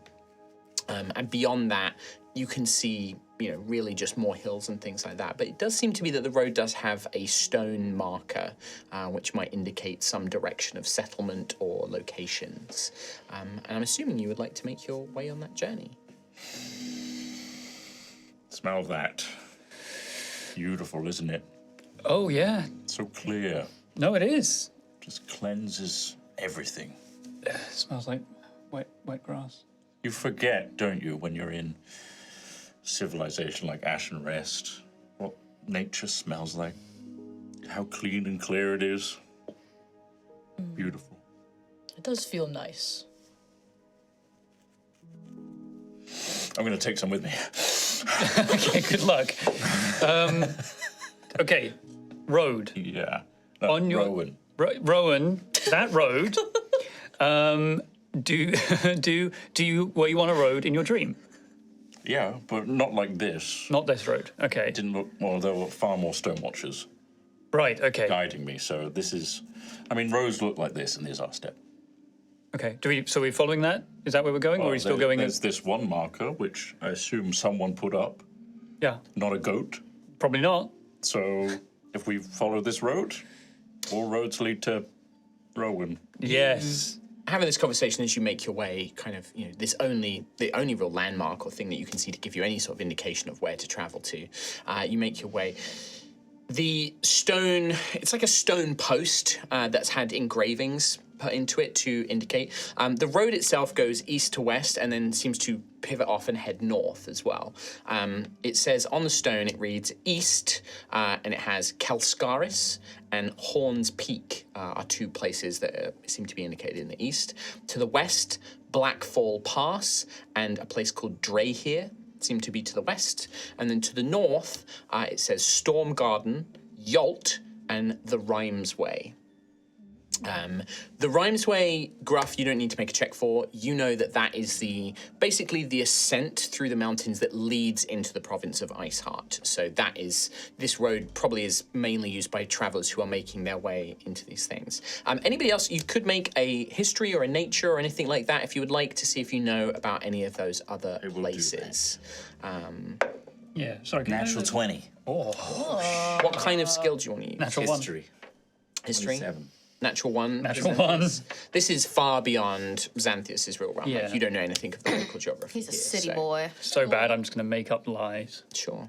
Gruff or Rafidi, did you guys want to make a roll? Or? I can make a roll. You don't have to. It's entirely I'll optional. do a history No. check. I roll a 2, and all those skills are a -1, so 1. 9. Yeah. What's So, the list of places again? Sorry for the. so you have Calscaris to the east. Yeah. Horns Peak Horns Peak. So to to the east as well. Yeah. Then to the west, you have Blackfall Pass, and a place called Drehir. Drehir. Drehir. Okay. And then to the north, you have Storm Garden, a place called Yolt, which is spelled Jyolt, and then the Rhymes Way, as in rhyme, frost rhyme, Rimes, Rhymes Way. Nice. Okay. Cool. What was the Blackfall Pass. Blackfall Pass? With your roll, you don't know. It's not familiar. What, I can't read? Oh yeah, you read it. It says Blackfall Pass. I rolled so badly I've forgotten how to read. You said what's? I just told you the name, I and can because I'm dumb and I'm writing it down. And Oh, right, I can't okay. Keep up. I thought you were asking what that place is in the game. Oh no, I was just like. Repeat what you right, said. Yeah, please. Sure. Blackfall Pass. Rowan, with Natural 20, you know all of these places. You remember you've heard stories or you visited them, you know all of these places. Horns Peak is it's a smaller village, but one of the few, there aren't many static villages and towns in the Azarr Steppe. Most places are what's called yaksgals, which is wanderer towns, which are nomadic sort of traveling settlements. But Horns Peak, Drehir, and Yolt are all smaller permanent villages. Horns Peak is on the edge of the pass that leads into Kelskaris, and it's a larger, more bustling trade town. And it's quite a distance away. You know, it's probably several days, multiple, maybe even a week's travel from here. Yolt is the closest place, is the closest village to where you currently are. It's probably just under a day's travel north. It's a small village, but it's quite, it's populated, and it's on the route to Stormgarden, which is the big city of Azarr Steppe. It's the only real big city that the Azarr Steppe has, and that's where the Archdragon is based. That's far, far, far to the north. That's, probably a couple of weeks' travel. But Yolt's very close. Drehir is just another small village to the west. Blackfall Pass is the entrance into Erdeskir from Azarr Steppe. So that's where, if you were to travel from, that's how you would get into Erdeskir from the Azarr Steppe. And then, as I said, Rhymesway is the pass that leads into Iceheart, basically. But yeah, you know all of those places. It's nice to see all these names again. I recognize Kelskaris. Yep. I recognise Rhymesway. Of course. We're on the border, aren't we? We're basically neighbours. And that's about it for me, I'm afraid. Same. Well, the closest places: Yolt, Jolt, Yolt, Yolt. Yolt. Yolt. Silent. With a J. Okay. Silent J. Yeah. That's probably our best bet, given our supplies right now. Yes, we're getting quite low. It's a small village, but it has the basics. Okay. And shelter. I dropped my favourite rock. Oh, it's not damaged, is it? No. Oh, there's opals. Wait a second. Rowan, I found the best rock! Rowan found Well a done. really good rock.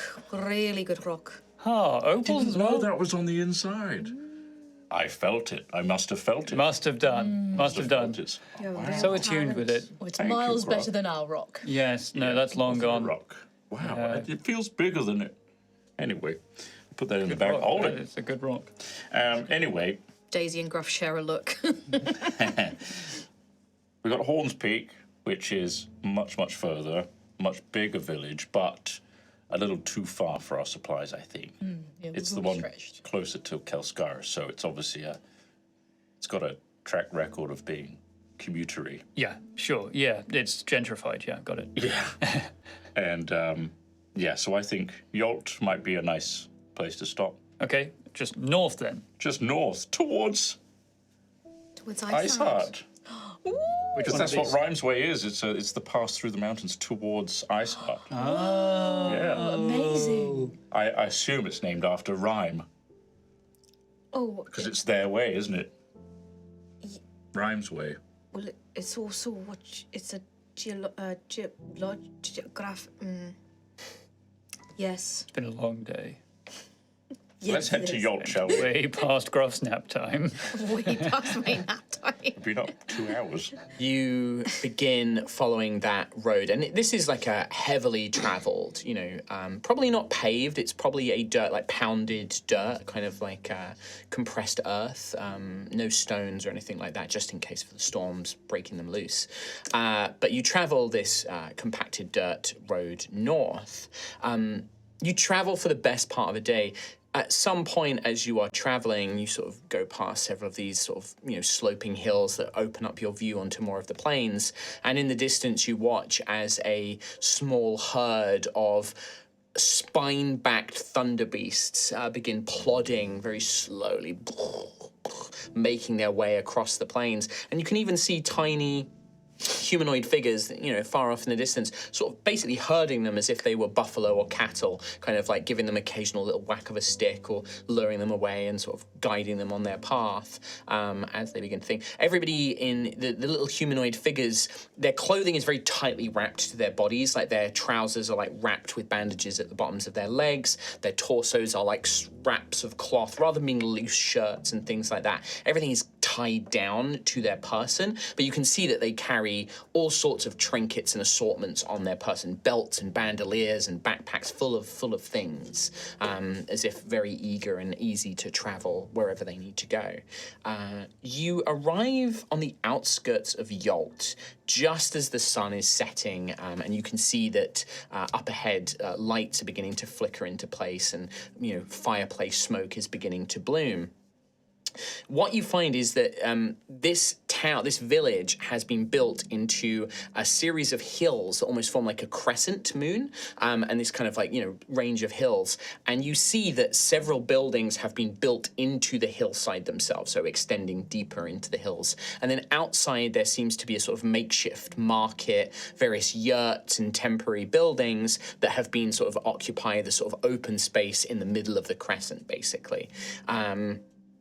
You see traders coming and going, you see maybe some local farmers or local businesses, people coming back from their travels.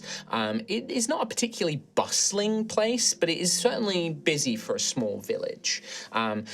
It seems warm and friendly. You can see that there are fires in the yurts. There's that kind of amber glow peeking out through the tent canvas. But you can also see that the houses and buildings that are built into the mountains, they have windows and things that are beginning to illuminate, and even little chimneys sticking out the top of the hills. Very Hobbit hole-like, but on a much larger scale.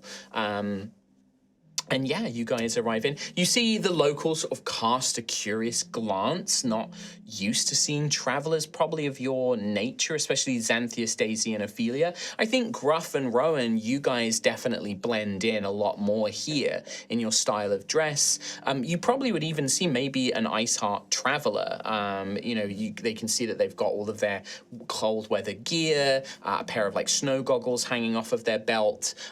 Just a human man who looks like he's come in to do some trading, like a fur trader, just an innocent man, like a fur trader who's brought in some stuff to sell. In What kind of furs? Different kinds of furs: bear furs, fox furs, lion furs, snow lion furs. But yeah, and you see people are bustling, but there's definitely a kind of hubbub as you're sort of making your way through. Probably most of the little market stalls are closing up, so there's no barkers or anybody trying to get your attention. Yeah. But what do you guys do? Have you been here before, Rowan? No, I've only heard of it, actually. Oh, okay. Have you heard of any good places to stay here, or is it... No, not really. Well, okay. I knew it was just kind of quaint, local. It looks very lovely. Isn't it? It is. Yeah, it's really pleasant. Should we try and find a place to stay, or should we just refill our rations and carry on? What's the plan? We definitely should refill our rations, and it's better to stay in somewhere that has shelter, because we don't know what storms are lurking on the horizon. It'd be good to maybe ask around and see if there's any local folklore or something about these stones. Stone wardens, yeah. We can do that. So maybe a good inn. Yeah. Just looking around, at the buildings, is there any obvious, signs outside any of the buildings? Yeah, I think so. As you're sort of looking around for that, Xanthias, famously, you don't have the best perception. And I think that actually makes sense that you pick up... I think we need to turn around, actually. You're looking for, signposts and, buildings, but you get distracted by something. Yeah. You see that sort of... there is this large figure stumbling around that the locals are just not sure what to make of. And the locals all seem to be avoiding. And this figure is almost looking around, looking lost or looking confused. You're not quite sure. But you see that they are, a 6-foot-tall, large beetle person. They have this, you can see that they've got this black-blue carapace, but sections of it almost look like they've been torn off or ripped or shattered, exposing quite vulnerable insectoid-looking like flesh on the inside. And where once they would have had a great, massive, curved pincer-like horn, it's been snapped and shattered and left with just these blunted sections. And this creature has 4 arms, 2 hulking massive arms, and then 2 smaller ones. But all of their clothing and equipment looks very ramshackle, very sort of hastily put together. And you see this figure like goes to go talk to a trader, seems to have some sort of interaction, and then the trader just sort of like does this and moves off, basically. I mean, I know what this is. we know. But, would Xanthius... Would any of us? I think all of you have all heard of Dynastians before, Sure. but seeing them and meeting them is quite rare. But you've definitely heard of them. There's stories about them, gladiators who fight in the Kelskaris sort of like, fighting arenas and things like that. You've heard of like great Dynastian artisans, but they're very rare, so it's probably nothing you've seen before. And for Ophelia, like... what is this? Like, if Xanthius points it out, like, you would have never even seen a being like this before. What? Xanthius, Yes. Xanthius, what is that? Is that a beast? Do we run? Oh, What is that? no. Oh, what were they called? It's been so long. This is a Dynastian! Dynastian, that's it. Dynastian. What is a Dynastian? Gotta go say hi. Dynastians, they come from really far away, kind of like you. Oh. But the other way. I'll be right back. Okay, yes, they're friendly. Friendly, okay, good to know. Well, I mean, as friendly as we are, Overwhelm them, Rowan. Hello! So you rush up to this Dynastian. So you see that they sort of hang there. They've got this big, thick beetle head. It's almost like a giant helmet built into their enormous body. And they sort of spin round urgently. Sorry. And you see that they have like this, not rusted, but it's like it's a very sort of dented and cut, sort of daggery looking knife. They sort of snatch that up. I didn't mean that. I really want to meet you. Hello. Apologetic. You startled me. Oh, that's totally fine. Sorry. Puts that away. Sad, guiltily. Graciously, thank you for your apology. You've got to meet my friend. What's your name? Humbly, this one is Vicks, Vicks. the Broken. The Broken? It is not a moniker I have chosen for myself. Oh, I've heard that Dynastians are proud and competitive. They start making this like clicking noise, and their little hands start sort of like fidgeting with each other, and sort of feet sort of shuffle, and it begins sort of turning anxiously. Well, Rowan, Yes. apologies if we didn't mean to upset you. If we can just go to the tavern, Rowan. this is Xanthius. He's my best friend. This is Ophelia. She's my best friend. This is Gruff. He's my best friend. And this is Daisy. She's my best friend.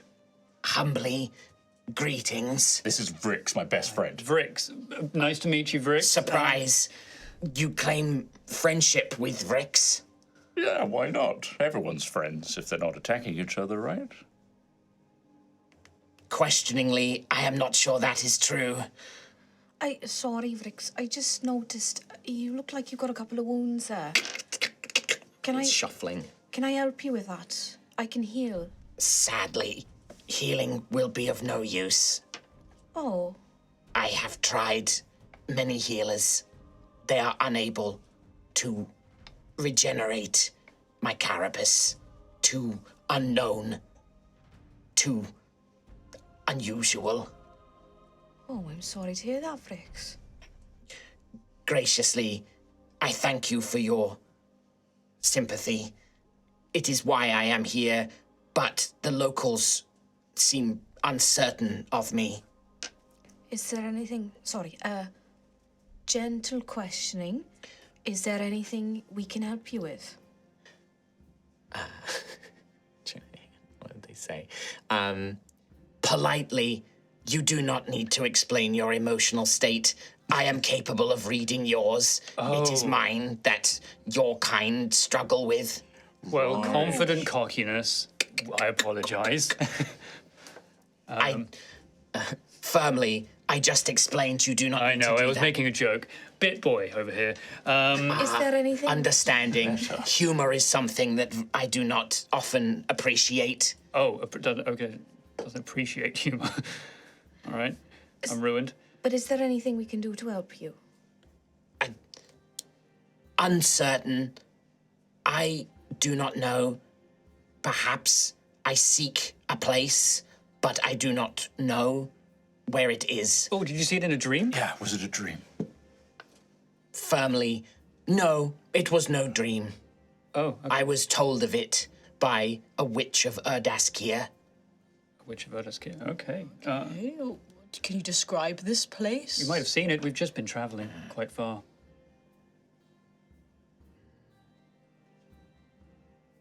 Sternly, it is a place I was not told of it. It is a place where one can be mended, where things are remade. I see. It was called the Giant's Whetstone. No. Giant's Whetstone. I didn't see that. Firmly, yes it was. No. You know of it? Firmly, yes it was. Wow. This sounds just like my dream. What, the Giant's Whetstone? Yes, because I hit my sword, my jagged sword, against it, and it acted like a whetstone and made it all sharp and The smooth. beetle just stares. Dynestian just looks at you. Look at my sword, stone razor. It's big. Appreciatively, a fine weapon.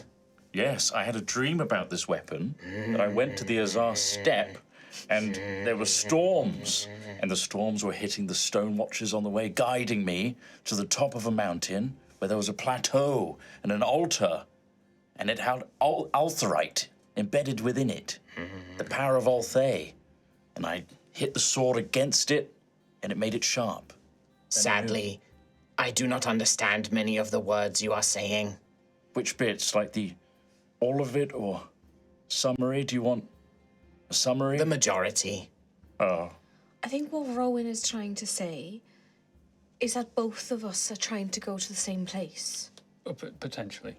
Appreciatively, I would be most gracious if I could accompany you to this place if you know of its location, or you could inform me of it. Well, that's the thing, we're trying to find it ourselves. And this place can heal you? That is what the Witch of Erdaskia said. Do you know what to do when you get there? Humbly, I do not. Oh, okay. Well, let's not forget the Altherite Oh, you're right. had healing properties. Could be Altherite. Do you know what Altherite is? Uncertainly, no. Okay, well, we've only seen it once ourselves. Very, very rare. Yeah. But it seems like maybe our paths are aligned. Happy, you would allow me to accompany you? Oh, absolutely. Ecstatically, yes. Yes. Ecstatically, it would be very excellent to do so. This is the best day ever. Okay, wonderful. Great. Xanthius, this is... Sister Ophelia de la Rosa of the House of Blood. Oh, hello, my name is Gruff. I'm from a little village called Tremoro. Past Rhymes Way. That's not his name. Daisy will just, hello, I'm Daisy. Looks down. Yeah, Vicks just sort of humbles there, and you can see the fidgeting with their little secondary hand stops. You can see that on their they have like this kind of bandolier that's sort of holding, they don't really have clothes. They have like a kind of loincloth type thing with a belt wrapped around their middle. They've got this like tiny kind of like rusted looking dagger. And there is this kind of very battered looking axe on their back. But you can see that like all of their equipment looks very worn, as if like they've had to sort of look after it themselves, and like same with all of their equipment that they're carrying. It's very hard to tell, like this creature is such a different biology, but I think you hear a sort of growling noise, and Vicks would just be like, Apologies, I have not consumed food in some time. Oh, that's good news. We were just looking for a tavern. Do you know of one nearby? Uncertainly, I do not. Okay. Is there anything in particular you eat or don't eat? Many things, All right. What do you eat? Burgers. many things, Right. Okay. What do you not eat? very little. Right, okay. Let's go find a tavern. Let's find a tavern, yes. Yeah. You can see that the locals are sort of seeing you engage with this creature that they weren't really sure what to make of, and sort of looking your way. But yeah, it doesn't take you very long after sort of meeting with Rix to notice that there is a sign for what looks to be the only real inn. This is a very small village. It's not very big. Most of the locals sort of have their own little places. But there is one place built into one of these large hills. And outside there is a signpost of, it almost looks like two mountains, and then sort of jostled between them is like a baby's cradle. And it has the name of the Rocking Cradle Inn. Very good. Love it. It's not rockin', like rockin' with an apostrophe, is it? I could be. Okay. Okay. It's rocking, because it look, the cradle's obviously rocking, but it's also, everything's made, and the cradle itself is made of rock and stone as well. But it's also the rockin' cradle. Yeah, it's the Rocking Cradle. Did you see the sign? Oh my God. Rocking cradle. It's a play on word. Rix. I nudge Rix. I don't get Check it out. Humorously, very amusing. I know. I don't understand. It's good. It's good. Can someone... Oh, Rix. Where do you slap on Vrix? Do you slap on the back? You slap into like this part where the carapace has been ripped off and damaged. For fuck's sake, and Rowan. you see Vrix kind of immediately lurch to the side and whip round, Oh, I'm sorry. almost lowering their head almost. I but didn't then, mean to do that. But then they shrink back like, Apologetic. I did not mean to react that way. Please I do didn't not. mean to hit you Please like do that. not Sorry. touch the carrot. Sorry. No, I got carried away. I got too laughy. I was. It was taken from me. I was hurt very badly. Do you mind telling us how you got the moniker? Pleadingly, may I consume food first? Of course, yes. Okay, let's I am very hungry. get ourselves and some tired. rooms and a table and get some food, yeah. water and stuff. So do you lead the way in, Xanthias? Yeah.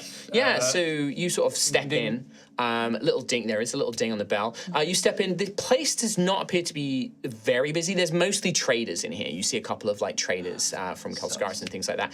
It's very homely. Ceilings are quite high. Probably used to dealing with Yotnir clientele. So Rowan, there's the dog. easily like a head clearance of height for you. And it's built into the hill, so it's quite warm inside. There is a fireplace, but it's very, very well insulated. And most of the inn is actually back rather than being right by the front where the windows are. That appears to almost be like a clear area where not much is placed, a couple of tables here and there, but it actually stretches quite far back, like a long hall, basically. And the bar is kind of in that middle section. And there appear to be like corridors, like doorways and angles that lead off probably to private rooms. There's no second floor. It's all one floor here. But as you enter, you see a rather sort of friendly face at the bar as a dwarven woman sort of pops her head up and sort of looks over and gives you a big smile. And you can see that for her earth skin, she's very, very pale. And but she has this like very kind of golden brown, beautiful hair that's all braided and things like that. But her earth skin, it looks like it would have come through on like her cheeks and like on her cheekbone and around her jaw, but it's been shaped and filed, so it almost looks like opalite freckles that have come through. And you do notice that like on her hands, there are also breakthroughs, but again, they've been carved into like plates and beautiful engravings have been placed into them. Maybe some of like her fingers have almost been shaped into like rings as well. She's older for a dwarf, probably sort of middle-aged. So there's definitely a lot of earth skin but it's been very carefully shaped to kind of keep it to a minimum. She looks over and will say, "Oh, hello there. Welcome, everyone. Come on in. Come in, travelers. Welcome. Hello. We are looking for just a few rooms, if there's any available. Certainly, yes. We've got plenty of rooms, and we've got good food and good drink here. Forgive me, I forgot my manners. I'm Helga Opalnose. Welcome to the Rocking Cradle Inn. Helga, now, rocking or rock-in? It's a constant point of debate amongst the locals. Is there lots of music here? We do have performers, yes. Oh, we do have okay, performers okay. and things. But, it's mainly like, a lot of people in the Azarr Steppe, they like rocks. They do. I've heard that, yes, that Rowan loves the rocks. A lot of them do. A lot of the Jotnir really like rocks Yeah. around here. We tried to indulge, but anyway. But anyway, yes. Yes. Rooms, how many are you looking There's for? 6 of us, but Okay, I mean, 6 we don't rooms. need 6 necessarily. What some of you want to share? Do you want rooms individually? If it's money, we can group up. Yes, how much for a room? Well, we have common rooms, which can sleep 4. We have twin rooms, which sleep 2, and then we have solo rooms. Okay, Bricks? They don't say anything, you just hear a noise. You hear like a clicking kind of affirmation. Bricks, did you hear me? Bricks? Affirmatively, yes. Good. Would you like to share a room with one of us, or would you prefer to stay on your own? Humbly, I am in your debt, whatever you see fit to provide me. Oh, no, please, you're joining us on the adventure as well, rather than us joining you. Embarrassed, I have no money or things to offer. Oh, no, that's... fine. It's fine. We can sort you out. Don't worry. Yes, we can. I can't. Shamefully, you are too kind. I know, we get that a lot. Don't listen to him. No, we do get that a lot. We are too kind. It's just what's right, Xanthias. Yeah, exactly. And that makes us cut.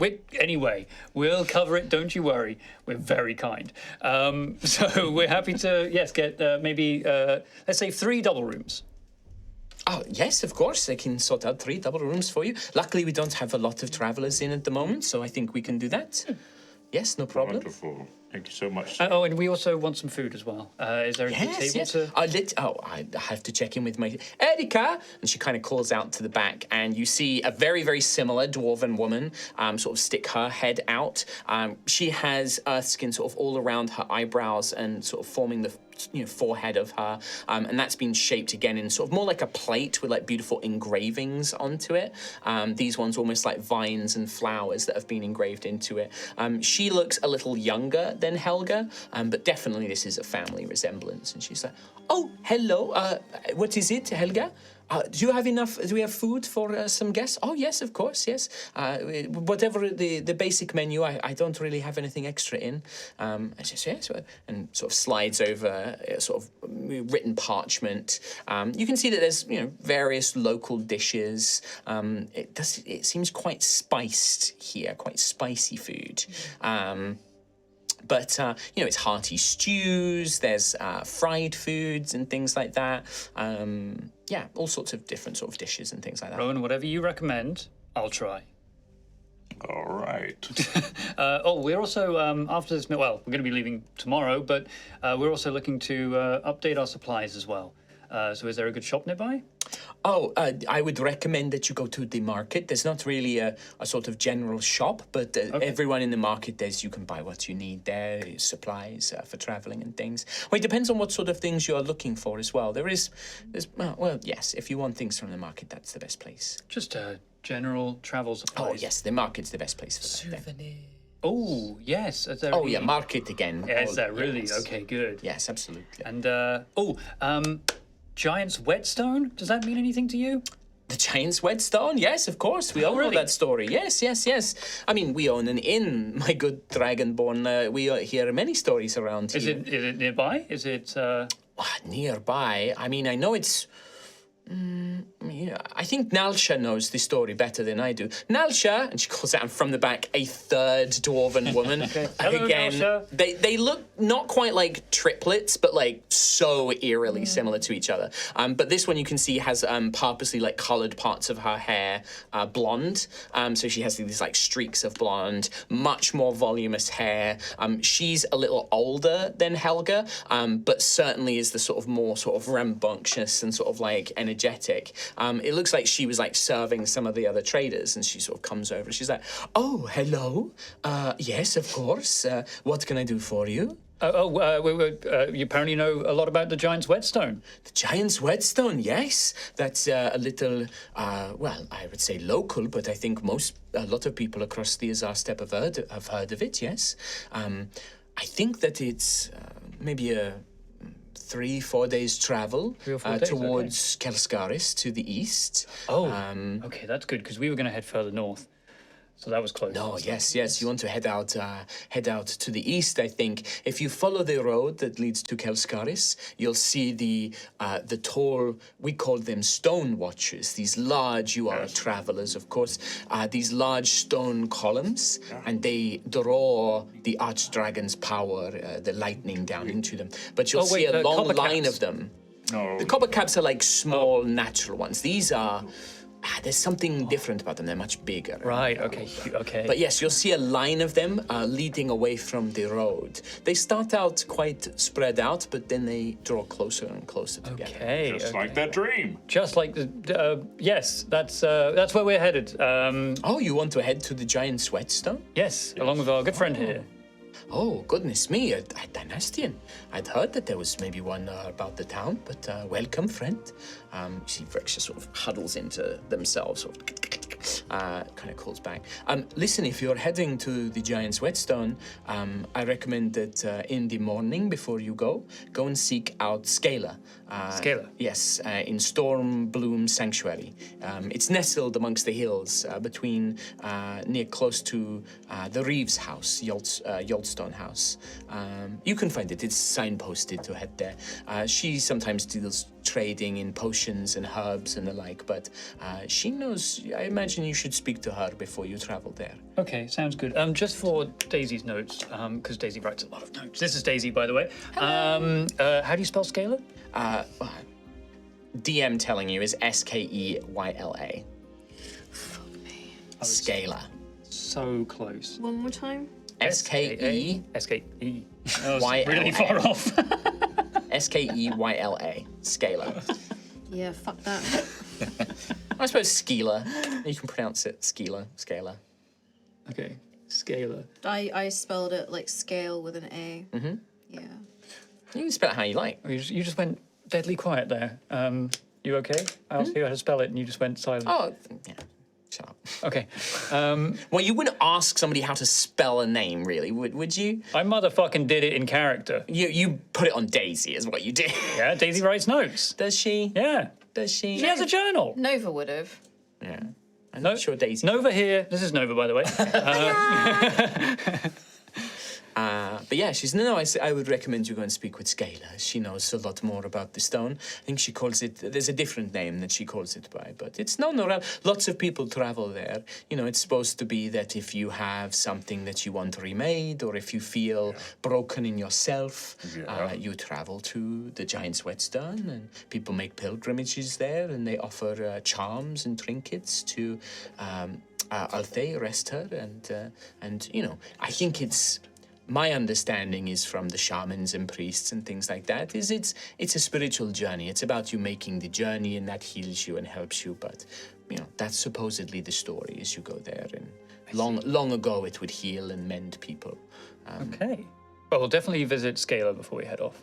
I would recommend it. Yes. But 3, maybe 4 days away. Okay. About that, yes. So we need enough rations for that. Maybe a little bit more just in case. Yes. Well, is the journey safe? Well, it's hard to say. It was anywhere, really. Any journey safe? I mean, you're traveling along one of the main roads. I can't imagine that you'll encounter too much trouble. But you know, there's always, if you come across wild thunder beasts, some of them are more aggressive than others. If Forget they've about those. escaped around, you know, the storm wings, if they're particularly aggressive or hungry.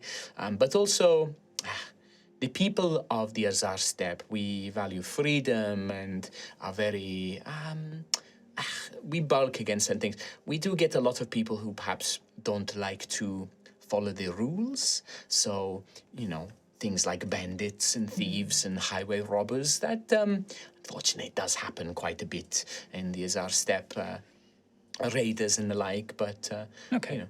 The usual. Yes, but most settlements, I mean, we have our marshal and his forces here. We patrol the lands around, but the Giant's Whetstone is sort of, it's between here and Horn's Peak, so you might be sort of out of range for people to keep an eye on it. But as I understand it, it's, you know, a lot of people travel there, but that also maybe makes it a nice target for bandits and things like that. Okay, well, shouldn't be a problem, right? Oh, very confident. I like it. Yeah, we've got a history. It's a story. A really good one, actually. I won't tell it. You tease. I know. But still, enjoy. If you need any drinks or things like that, I can fetch them for you. But enjoy the stay in our inn. Thank you. Thank you. Yes. Let's grab the table. Yeah, there's like a nice long table that you can all sit at. I'll work out the gold for like the food and the rooms and stuff. I recommend the spiciest menu item for Xanthus. It's going to be like a kind of almost like a goulash, like spiced stew type dish, served with probably flatbread rather than like yeasty, like thick bread. It's like flatbreads. There's a lot of like things like hummusy type, made from like a local vegetable, like ground and pasted, sprinkled with like sweet toppings and things like that. So you think this is the best item to get? Nothing quite like the spices of the Azarr. And that's what you're getting, right? Yeah, Okay, great. of course. Absolutely. That We one. can share it if you like. Sure. If it's a sharing meal. Well, maybe we'll get a bit of everything and we can all kind Yes. of muck in. Yes, we could do. That sounds lovely. Yes, I'd like to try some bits and pieces. If that's not too much stress on the... No, that's fine. kitchen. Yes, we'll give you a little sampling of everything. If you'd like some help. No, it's all right. Actually, we're quite fine. And we've got my sister is more than capable. Well, I'm just... Yeah. Not saying you aren't. And Vicks, we are happy to get you a meal as well. You are clearly very hungry, so we're happy to pay for your meal. as well. Shamefully, yes, I am hungry. I would much like sustenance. So whatever you want to Again, I cannot repay you for this. That's fine. We don't expect it. You're embarrassed. Your charity is very great. I am grateful. Well, we're going to get a bit of everything, so Yes. feel free to So take a feel portion. free to just pick away at whatever you like the look of. Very well. Right. Bottle of wine. Bottle of wine?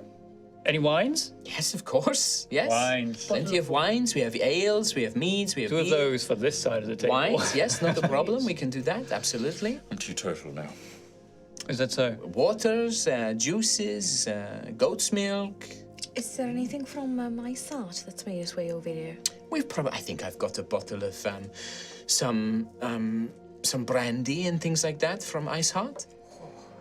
I wouldn't mind a cheeky little snifter of that. Yes. Would you like it warmed up?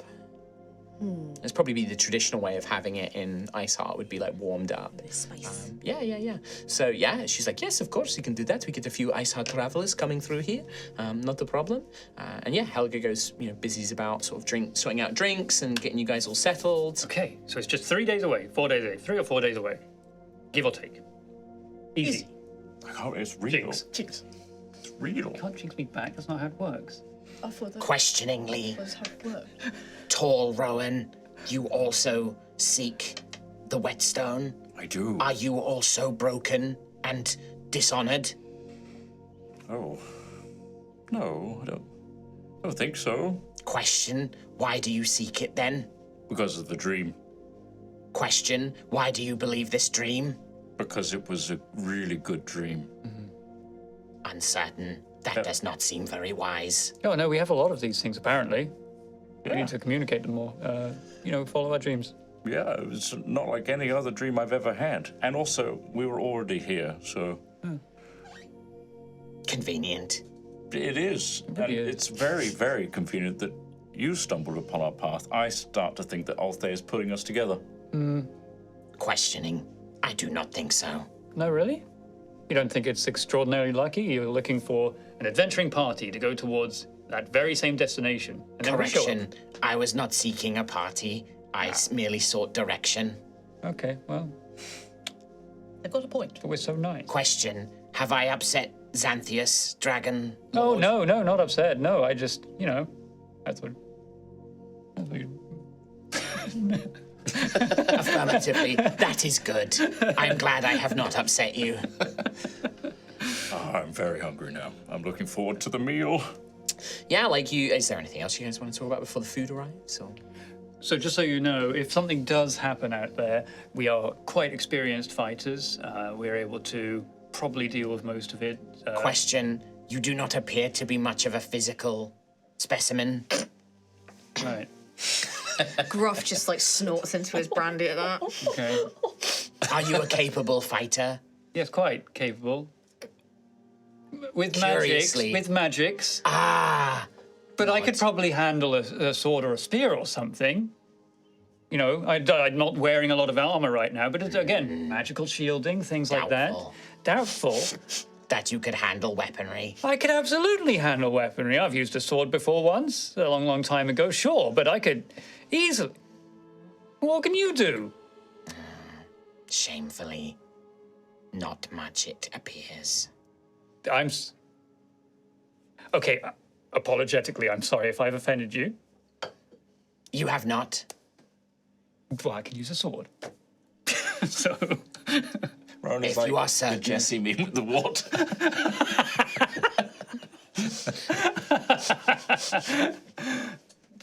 Well, anyway, I can use various magics in combat, and Ophelia is very, very capable. Gruff's very capable. Well, me, Rowan, and Gruff, we can use a mix. What do you mean? We use weapons and magic. Right. But I absolutely could if I needed to, Oh, just yeah. so we're on the same absolutely. page. Yes. Santis is so strong of mind. Right. And yeah, well, no. Yes. he could take anyone down diplomatically. Don't you remember my flame blade? No. No, I used it 4 days ago. I must have been casting a spell at the time. Sorry. Maybe you were, but it was a sword made of fire. I was I trapped in a swear I box. would have seen. Appreciatively, a sword made of fire does sound impressive. It's a sword. Yeah, it's a sword, and I used it very effectively. I'm sure. So- I'm sure you I did. did. I absolutely Yes, did. I absolutely did. Yes. Sounds really cool. I was stuck in a cube at the time. Give me your sword. You are not touching veracity. Oh, what? Because I wanted to harvest it No, first. because no one touches veracity. Okay. Question: are you a sword master, Ophelia? I am, yes. What is a weapon? What do you mean? Not? Does that? Yeah, it does make sense.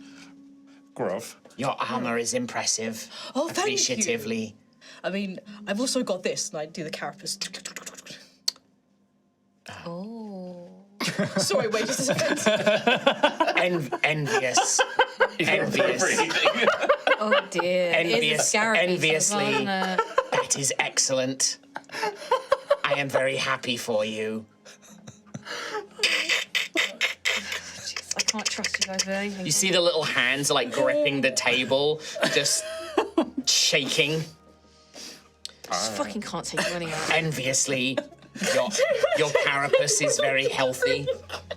Just can't fucking take you anywhere. Such healthy carapace. Let's talk about a wedding again. Mournfully, my carapace was once of that luster. Oh, hey, look, the food's here. Food comes in, bowls, I love plates. sharing memories in my homeland with my friends. Here. We have. That's probably worse things you could have done. Just let her sit with it for a minute. Just let her sit with me.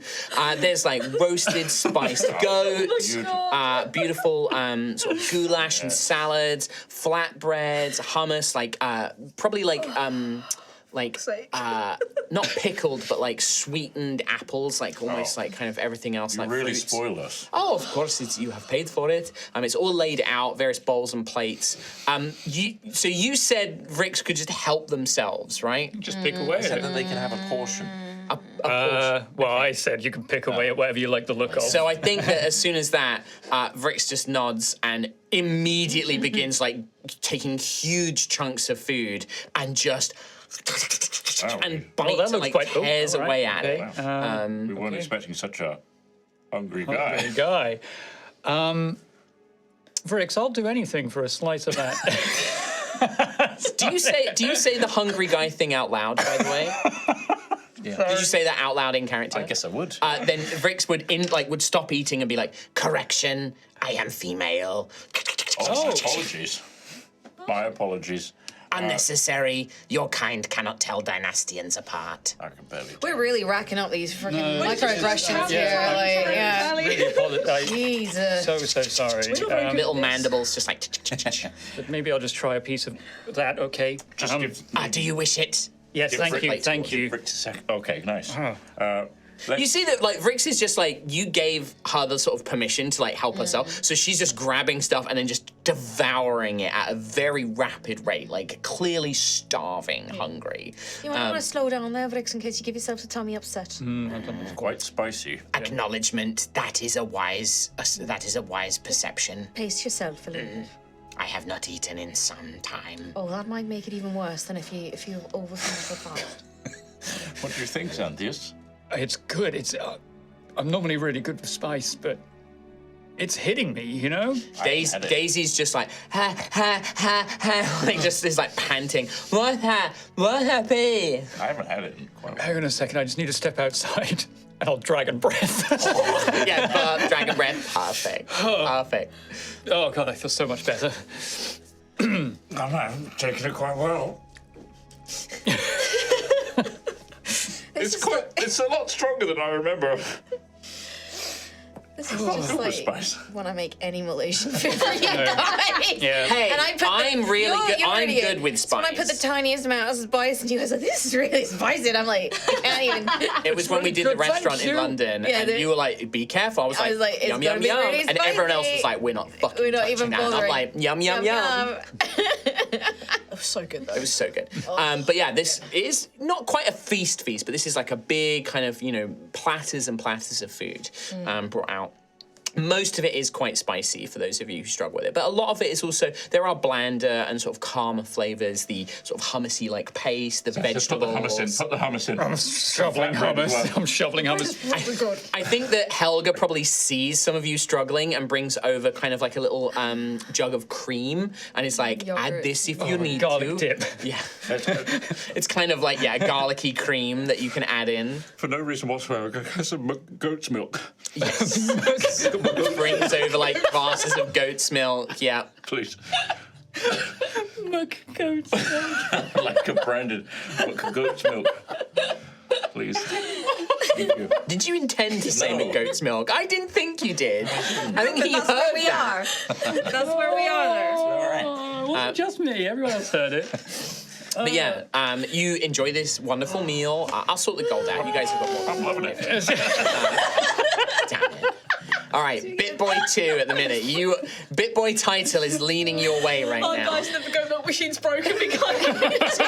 Shush, stop it. Do we get a little Oh my toy with the meal? god. No. You enjoy your dinner. You all feel very well replenished. It's a delightful meal. And then you may, if you wish, retire to your rooms. Unless you would like to continue having chats and doing whatever else you guys want to do. But the meal is done, the plates are cleared. I imagine that... go on, sorry. I had literally nothing to say. I was I was just gonna roll with it and see where my mouth see went. where you went. There is a brief moment where you would see the three sisters of the opal nose. They, at some point, from one of the back rooms, one of them goes in and they start escorting a very elderly looking dwarf woman who looks again like a family resembles probably their mother or probably their mother or grandmother. But you can see that her whole top half of her face has turned to opal, including her eyes. So she's blind. She has like a cane that she's using and she's holding the hand. But you can also see that like part of her like lower mouth has also turned and like one of her hands is completely opal as well. And they sort of are like, oh, come along, mother, we'll take you out, we'll give you a little, blah, blah, blah, let's get you something to eat. And they sort of take her into the kitchen and she's like, oh, thank you, my daughter. But you can see that she struggles to kind of speak a little bit, so her speech is a bit slurred, obviously in the very late stages of her earth skin development. But they sort of nod, and the old lady sort of like gets introduced to a couple of maybe the locals, the people that come here regularly, and goes up and speaks to them and things like that. And they sort of lead her past where you are. And yeah, just a little bit of flavour note as you see. It's lovely, isn't it? Just seeing family bonding so closely. Must be nice. Right, Gruff? Very much so, Rowan. We should go up to Ice Heart soon. See your family. See your wife. Yes. I should actually write her a note since we're near the border. I can maybe True. catch a traveller going that way. We could probably throw it from here. I will get a trader to take it to her. Yeah. But we're so close. How much past how far is Trimoru from Rhymeway? Rhymesway. I'm like half a bottle deep. It's by the coast, isn't it, Monkey Trimoru? goats. You'd be quite far. Always, You'd be trekking across the ice and snowfields, basically, for most of Ice Heart. it's actually quite far. Tremoro is just a little fishing village, really on the far coast. Oh, like all the way to the north? Pretty much, yeah. Oh, okay. Oh, we can definitely go there someday. I'd love to. Someday. Yes. Cold though, right? Very cold. Oh, yeah. Oh, you yeah. just need to wear the right clothing, though. Like 2 more layers of what I gave you. Oh, okay. Yes. Yeah. Lots of furs. Yeah. We can get furs. Ooh. I have a goat pelt. What? What do you mean? Where from? Goats. I think. We didn't buy a goat pelt. Right, do you remember that night when we were camping out just now? Yeah. When we were playing rock paper You scissors. two went out and we were like, we'll stay up until you get back. And then it was the morning. And then we Yeah, played rock yes. paper scissors, and I won every game did, by we- just going paper. It was 100 games. You know, there's other options. Ah, right. Good old trusty Rowan always picks always rock. picks Nothing rock. beats it. This time, the one this thing. time. Remake This time. that Simpsons meme, but This with time. Xanthias and Rowan. Yeah. Because Xanthias just like, poor foolish Rowan always picks rock. Good old rock. Nothing beats that. Right, but do you remember we came back that night and we had a goat stew with vegetables, with plants? That was goat. We said that at a time. Yeah, it was goat. Did you? Yes. Yeah. You were. It was Revelation. The stew also contained goat that we just consumed. Yeah, it's true. It's a cycle of life, isn't it? Affirmative. Yes. And goat is tasty. Affirmative. Yes. Yes. It's pretty good. Good. Yeah. Affirmative. All right, well, You should try the muck goats. Damn. But anyway, you've been so quiet, Gruff. I'm writing a letter to my wife. No, the whole meal. oh, what are you writing? He's Can I got see his, it? he's got his broken, busted glasses, like reading glasses, poached in his snoot. Are you writing about us? I am now. Okay. What are you saying about me? Xanthias is nosy, is it? How do you spell nosy? Nosy. Right, I'm writing that down. Yeah. As ever, Yep. That's right. What else? he says Hello. hello. From Xanthias, hero of Ashen Rest. From Xanthias, hero of Ashen's Rest. But you probably noticed he puts quote marks around that bit. That's it. That's how I'd write it. Amazing. What are we going to do, by the way, when we get to the whetstone? What's the plan? Oh, when we get there? well, you said you smashed the stone You into sma- it? you smash I don't know. That's the crazy thing. You Is it guys not gonna- weren't there, so Yeah. anything could happen. Well, you said you were going to swing the stone. I felt compelled to bring it towards it. Okay. For some reason, I struck it, and I struck it in such an angle that it glanced off it like a whetstone and Oh. shaved off the jagged edges. And Question, best friend Rowan. You have visited the whetstone in your dream, yes, and it worked? it worked for my sword. Yes, it restored it to its former glory. Begins like humming. She begins like vibrating and humming. Any kind of little bits of carapace that still remains almost like vibrate and flicker a little bit. And we've already seen Altherite. in a different place, and it had a power to it, and people spoke of it in a kind of reverential way. So it has properties that we're not sure of. Hopeful. This is good. Yeah. And it's not too far away, a few days. So Yes. could Helga, Oh, yes, there. Hello, dear. do you have... I don't want to put everything in the bag of holding because it's just going to be lots of... If you've got a bag or something that we could put... Oh, it's my foot fell off! No! Could I get a bag, please? For what? For the food? For the food. I think that we can do some sort of... It's a tiny foot. Snapped his foot off. Get that. Let's give me that. It was inevitable. Give me. Put that. That can go with Gruff, who also still needs to be fit. I need to buy new super glue. Just keep punching our minis. You're okay.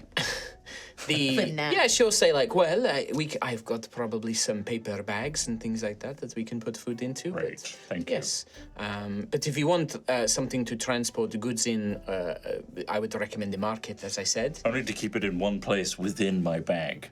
Ah, I see. Okay. Yes. Yes, we got some sacks or bags and things like that we can provide. For the stew, would you like we have like a clay container or something like that? Yes, that would be lovely. Thank you. Okay. All right. Bless you. Thank you. But yeah, she sorts that out. I mean, I would say that with Vicks, there is not much left over. Like most of the food is gone. Okay. Like Vicks eats anything that's left. If you guys get full, Vicks inhales anything that's left. Like it looks like she hasn't eaten in like days. So we do all get a fair share of it at least, right? Yeah. Like, Vicks wouldn't like steal it, but like definitely consumes a lot of food. Okay, well, Vrix, if you need any more, please let us know. I will, pleadingly, I will require food for traveling. Oh, we can get, We'll go to the market tomorrow morning. But if you're still hungry now, then we could get some more. Embarrassed. I would appreciate that. Okay, Great. Well, let's get a good night's rest. yeah. So probably our only shelter for a few days now, so make the most of it, everybody. Will do. Will. Now that you've gotten to know us all a little bit better, you're going to be sharing with one of us. Your pick. Rowan, makes himself look bigger. Points at Rowan. Yes. Okay, all right, there you go. All right, okay, good. There you go. And we'll all just filter off into our own individual rooms. Yes. Me and Ophelia are not allowed to share rooms because we fight. They said, I will share a room with you, Zach, yes. I wish I were Gruff.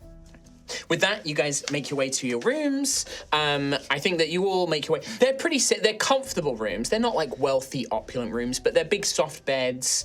There's a small hearth in each one to keep it nice and warm and things like that. For Vrix, with staying with Rowan, Vrix goes in and immediately pulls everything off the bed. Okay. Grabs the pillows, each in like her separate arms, grabs the Are we blankets. sharing the beds? Or... No, there's two beds. It's a twin room. Yeah, but you're taking everything off the beds. Yes. But there's not enough space on my bed. And goes into a corner and begins making like a little nest and like placing the cushions. I see. Probably looks at like your bed that has two pillows and is like eyeing them. You can have one. Takes one and then forms it into like this little nest and then sort of doesn't lay down because big giant beetle person and just sort of gets nestled in and gets comfy and then closes their eyes and pulls their hands in and just sort of sits there. Rowan will nestle in to his bed. Bricks, you awake? Affirmative, I am, currently. I've never met a Dynastian before. This is really cool. Sadly, I am not a good example of my kind. Oh, I am please. sorry that I am the one you have had to meet. No. I'm more than happy to have met you, and we can go on a journey together. Our paths are aligned. Shamefully, I am a failure. I have burdened you as I have shamed myself. But I am appreciative of your kindness. Well, have a good rest, and we'll head out on our journey tomorrow, and you can tell us all about where you come from.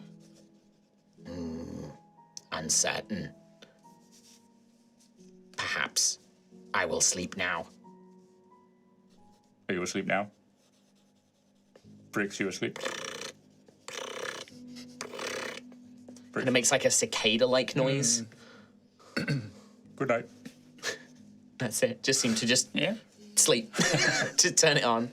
But yeah, you hear this kind of rhythmic cicada-like noise. It's quite peaceful in a way, actually, kind of hearing, although it's loud.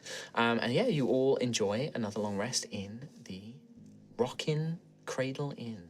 Nice. Great.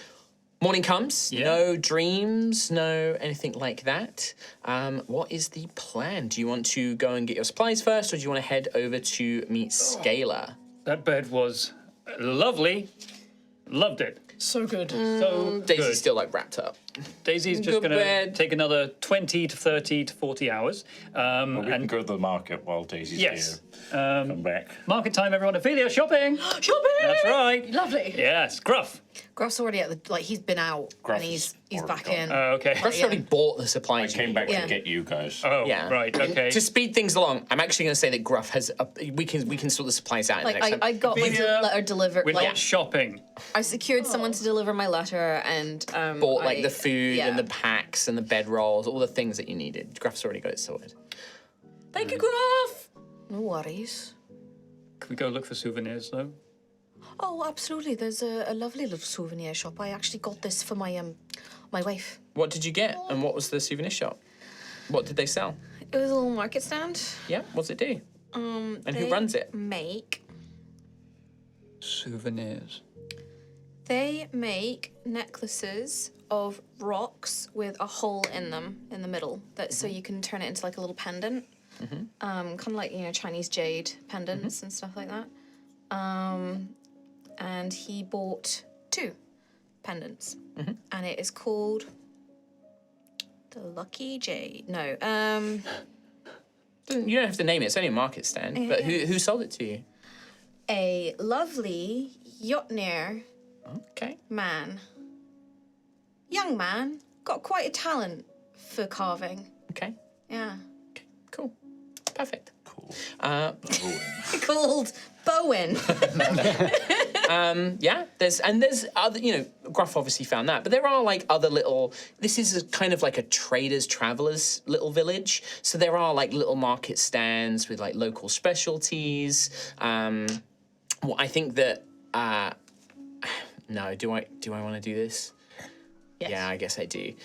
There is one, you can see like a little trader. The market's like being set up and it's very busy. Lots of people coming and going, locals and travelers. And there's one who he has a little tent, but then it has like a fence around. And there are little, I would say, sort of chicken-sized velociraptor-like dinosaurs, like feathered dinosaurs, kind of like scurrying around, and he's sort of tossing them bits of meat, and people are buying them like little animals, basically. You also see people selling like rugs and like textures and things like textiles. Hats is quite a common one here. Hats with like a strap that goes under the chin to keep the rain off of you. Sort of a kind of weird mix of like almost like a cowboy hat but with like a wider brim and a bit more of like a textured, it's not made of like leather, it's kind of almost like woven hats kind of thing. Gus bought one of those. Sure. He already had one. Yeah. And Perfect. there's a straps on. And then so it's Upside round. Yeah. These rugs It's there look to keep pretty the good. keep the rain off you. Rugs and very those, practical. Yeah. rugs and those bracelets look I gotta nice, go over but, there right now. What in the science, grace and blessings is that? What are they? What are those? What is this little creature? What are they? Greetings. How much for the lot? You want to buy all of them? Yeah. The whole pack? Yes. Wait, how many are there? I'd say there's probably like half a dozen. It's like 6. You want 6 of them, Rowan? They're adorable. They're all different colours. They've all got like different coloured Can't feathers. split them up. No, we can't do that. That would be insane. Can't spell family. Have you ever owned a fang before? A little Fang. Yeah. Fang, they're called fangs. They're called little fangs. But Little fangs. I mean, you've got the experience with the borrow, the little Yes. guy. How is Boro? I think conveniently forgotten about most of the time. I could take on another pet. You can do what you want. Borrow is being looked after by Mateo. Borrow is also very small and like easy to. These are like chicken size. Like you would have to carry them or things like that. Like a big chicken, like a rooster. So you would have to carry it around. It can't like fit in your clothing or anything like that. Right. How big do these grow? They don't get much bigger than this. They stay about this size. They're good. We use them. A lot of farmers buy them to chase off like rats and mice and Don't like rats or mice. small pests. No, especially not. But yes, we use them for that. They are difficult creatures. If you have no experience in raising them, perhaps not a good idea to invest. When we have a dog at home and we have a little dragon at home. yes. What kind of dog and how big is it? Oh, he came from a coat. Yes, it came from a coat. Okay. How big is this coat dog? Smaller than these. Yes, they will probably try and eat or kill it. Oh, right. How do they feel about wormlings?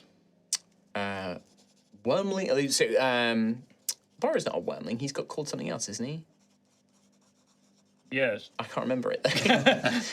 Yes. But they can't fly, so as long as they stay out of their reach, then can't fly. But they will chase them and try to right. eat them and kill them. And you can you train them?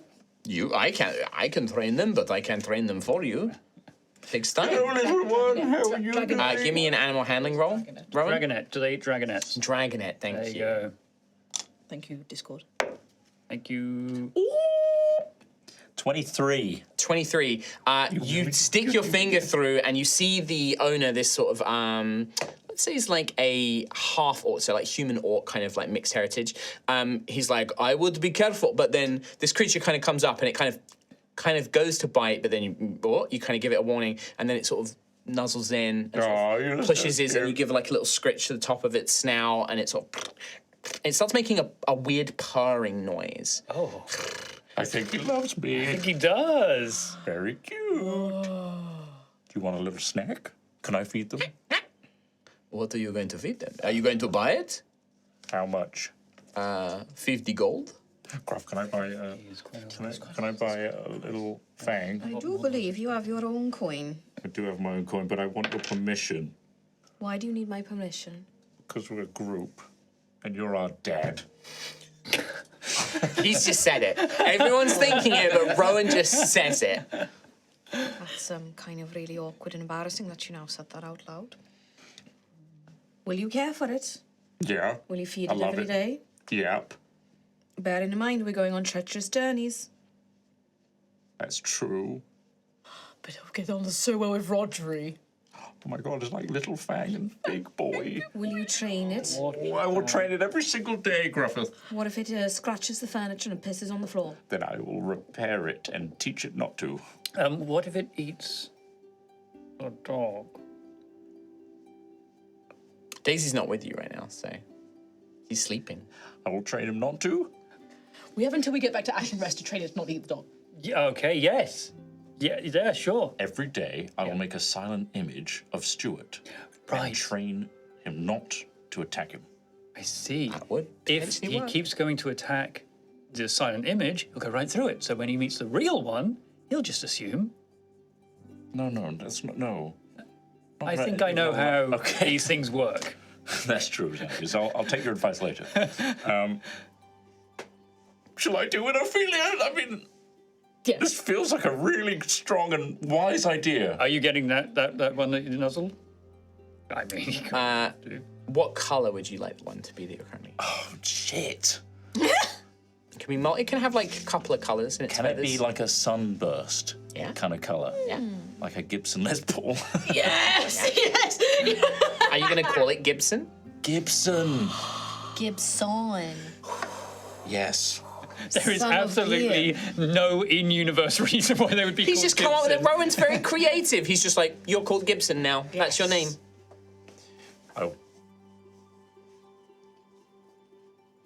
Give him to me. He is my Gibson. There it is. Like Gibson. That's all I needed. That's all I needed. 50 gold and it is yours. Oh my gosh. This is the best day ever. Okay. Thank you so much. You, with that animal handling, you are able to pick up Gibson, and sort of settles down, sort of kind of goes into a bit, not quite full loaf, but like half loaf, and sort of makes this purring noise. Seems to be quite happy in your arms. Best day ever. Yeah, Oh my God, Gibson. especially if you do feed it. If you give it like a little morsel. What have we got in here? Clay, ceramic. Goat stew. Yeah, I'm gonna get the goat stew out and open the lid. Yep. Let's have a little snack on that. Starts biting on the chunks of Who's a meat. good little snacky boy? You are. You're a good little boy. I don't think it likes the spice. I don't think it likes the spice. Starts crying a little bit. Oh, sorry, Gibbs' son. It's my son. But it's after a few moments, it's kind of fine. It's kind of, it's more like it found it like, oh, that's a weird taste. Gruff, can you create water real quick? All right. You manage to do this every day. I didn't sign up for this. No, but I did ask. Well, you now have a little fang called Gibson. You will need to. He will cost you supply to feed and water. And that's coming And out of also, every day you will need to, and under certain circumstances as well, you will need to make animal handling checks to keep him from misbehaving. I'm going to use up a first level spell to start the training. Oh, to do On the the sign journey, I'll image do thing. the when we settle down, Sure, I'll do sure, like Stuart Sure, and reward him Sure. for when he love that. dismisses Sure. or leaves them We'll alone. make it an ongoing little skill thing that Yes. you can do. But with that, you finish up sort of like souvenir buying, you begin exploring, and then do you want to head over to find this scaler? Oh, yes. Cool. Yeah. We'll have that where I'll just describe that and then we'll end the episode there. You ask a couple of locals to direct you to Stormbloom Sanctuary, and they sort of nod and sort of seem to be almost expecting you to ask where this is, and sort of nod and eagerly point you in the direction. And you find a series of like stone markers that have been placed with sort of directions all about the town, and you end up sort of making your way sort of through the town and then into the hills, like behind the inn, there's a little path that winds its way. You see a large, grand building, the largest, but carved into the largest hill, with one of these great stone watcher monoliths coming out the top of that hill. And the building carved into there appears to be the local Reeves house and the marshal's residence as well. It's kind of like main town hall style building. You make your way past that, and the whole way is marked by stone archways with covered in beautiful dangling vines, blooming flowers, and even the occasional little magical light that's been sort of embedded into a stone or an epitaph on these archways. And then eventually, and the whole time that you've been here, there's always this kind of breeze. There's always a pretty strong wind blowing in the Azarr Steppe. But as you nestle your way through, and you now find yourself surrounded on all sides by these kind of tall hills of this area around Yolt, suddenly that wind dies away, and you find yourself in this almost pocket of calm. More of these stone archways have been positioned all around this little sheltered nook, and great tarps have been spread out to protect what's underneath from rain and water. And you can see that the tarps have been painted in beautiful colours, embroidered, covered with all sorts of foliage and plants, and around a small stream that seems to flow through the hills and then vanish underground is the most beautiful, vibrant garden with all kinds of vegetables and flowers and herbs. The whole place, it smells, like a botanical garden. It's just full of these floral aromas and earthy vegetable smells. There's no... You see like little stone bits here and there, but there's no sort of main building or anything. Just a little cave that's tucked into one of these hills that's been decorated to almost be like a little dwelling, kind of similar to your hermitage, actually, Gruff, that you have back in Ashen's Rest. And as you come out, you can see that there's like a little half-made alchemy stand, but it's just exposed to the elements, little wooden table and stone, place mortar and pestle and stuff like that. And sort of emerging from the foliage, kind of hearing you approach, you see a little green-scaled kobold woman dressed in sort of very simple cotton dress with a little apron, leather sort of apron, sort of cutting shears and, botanical tools tucked into her belts. And you can see that she has, very simple jewellery and pieces on, but sort of looks and sort of, oh, hello. Welcome to Stonebloom Sanctuary, and sort of nods her head in your direction, and that's where we'll end today's episode. Nice. Very cool. Very cool. Very cool. Good job, everybody. We'll end the episode there. Lovely little one. Lovely. No fate today, but there wasn't really a good opportunity for it. So It's just a nice chill. a little bit of RP, bit of world building. Lovely. Yeah. Got a bit of a Ophelia lore drop as well. Yeah. Little nugget. A little taste. Very tasty. blood. But with that, we are going to end the episode here. Yeah, thank you. We do a fade in, fade out, and so I can do the other bit. Yes. Sometimes I forget. But that's it. Thank you for joining us, everybody. We will see you next time for more High Rollers. Happy Easter once again, and we'll see you next time. Bye-bye. See you next time. Bye now. Bye-bye. Bye-bye.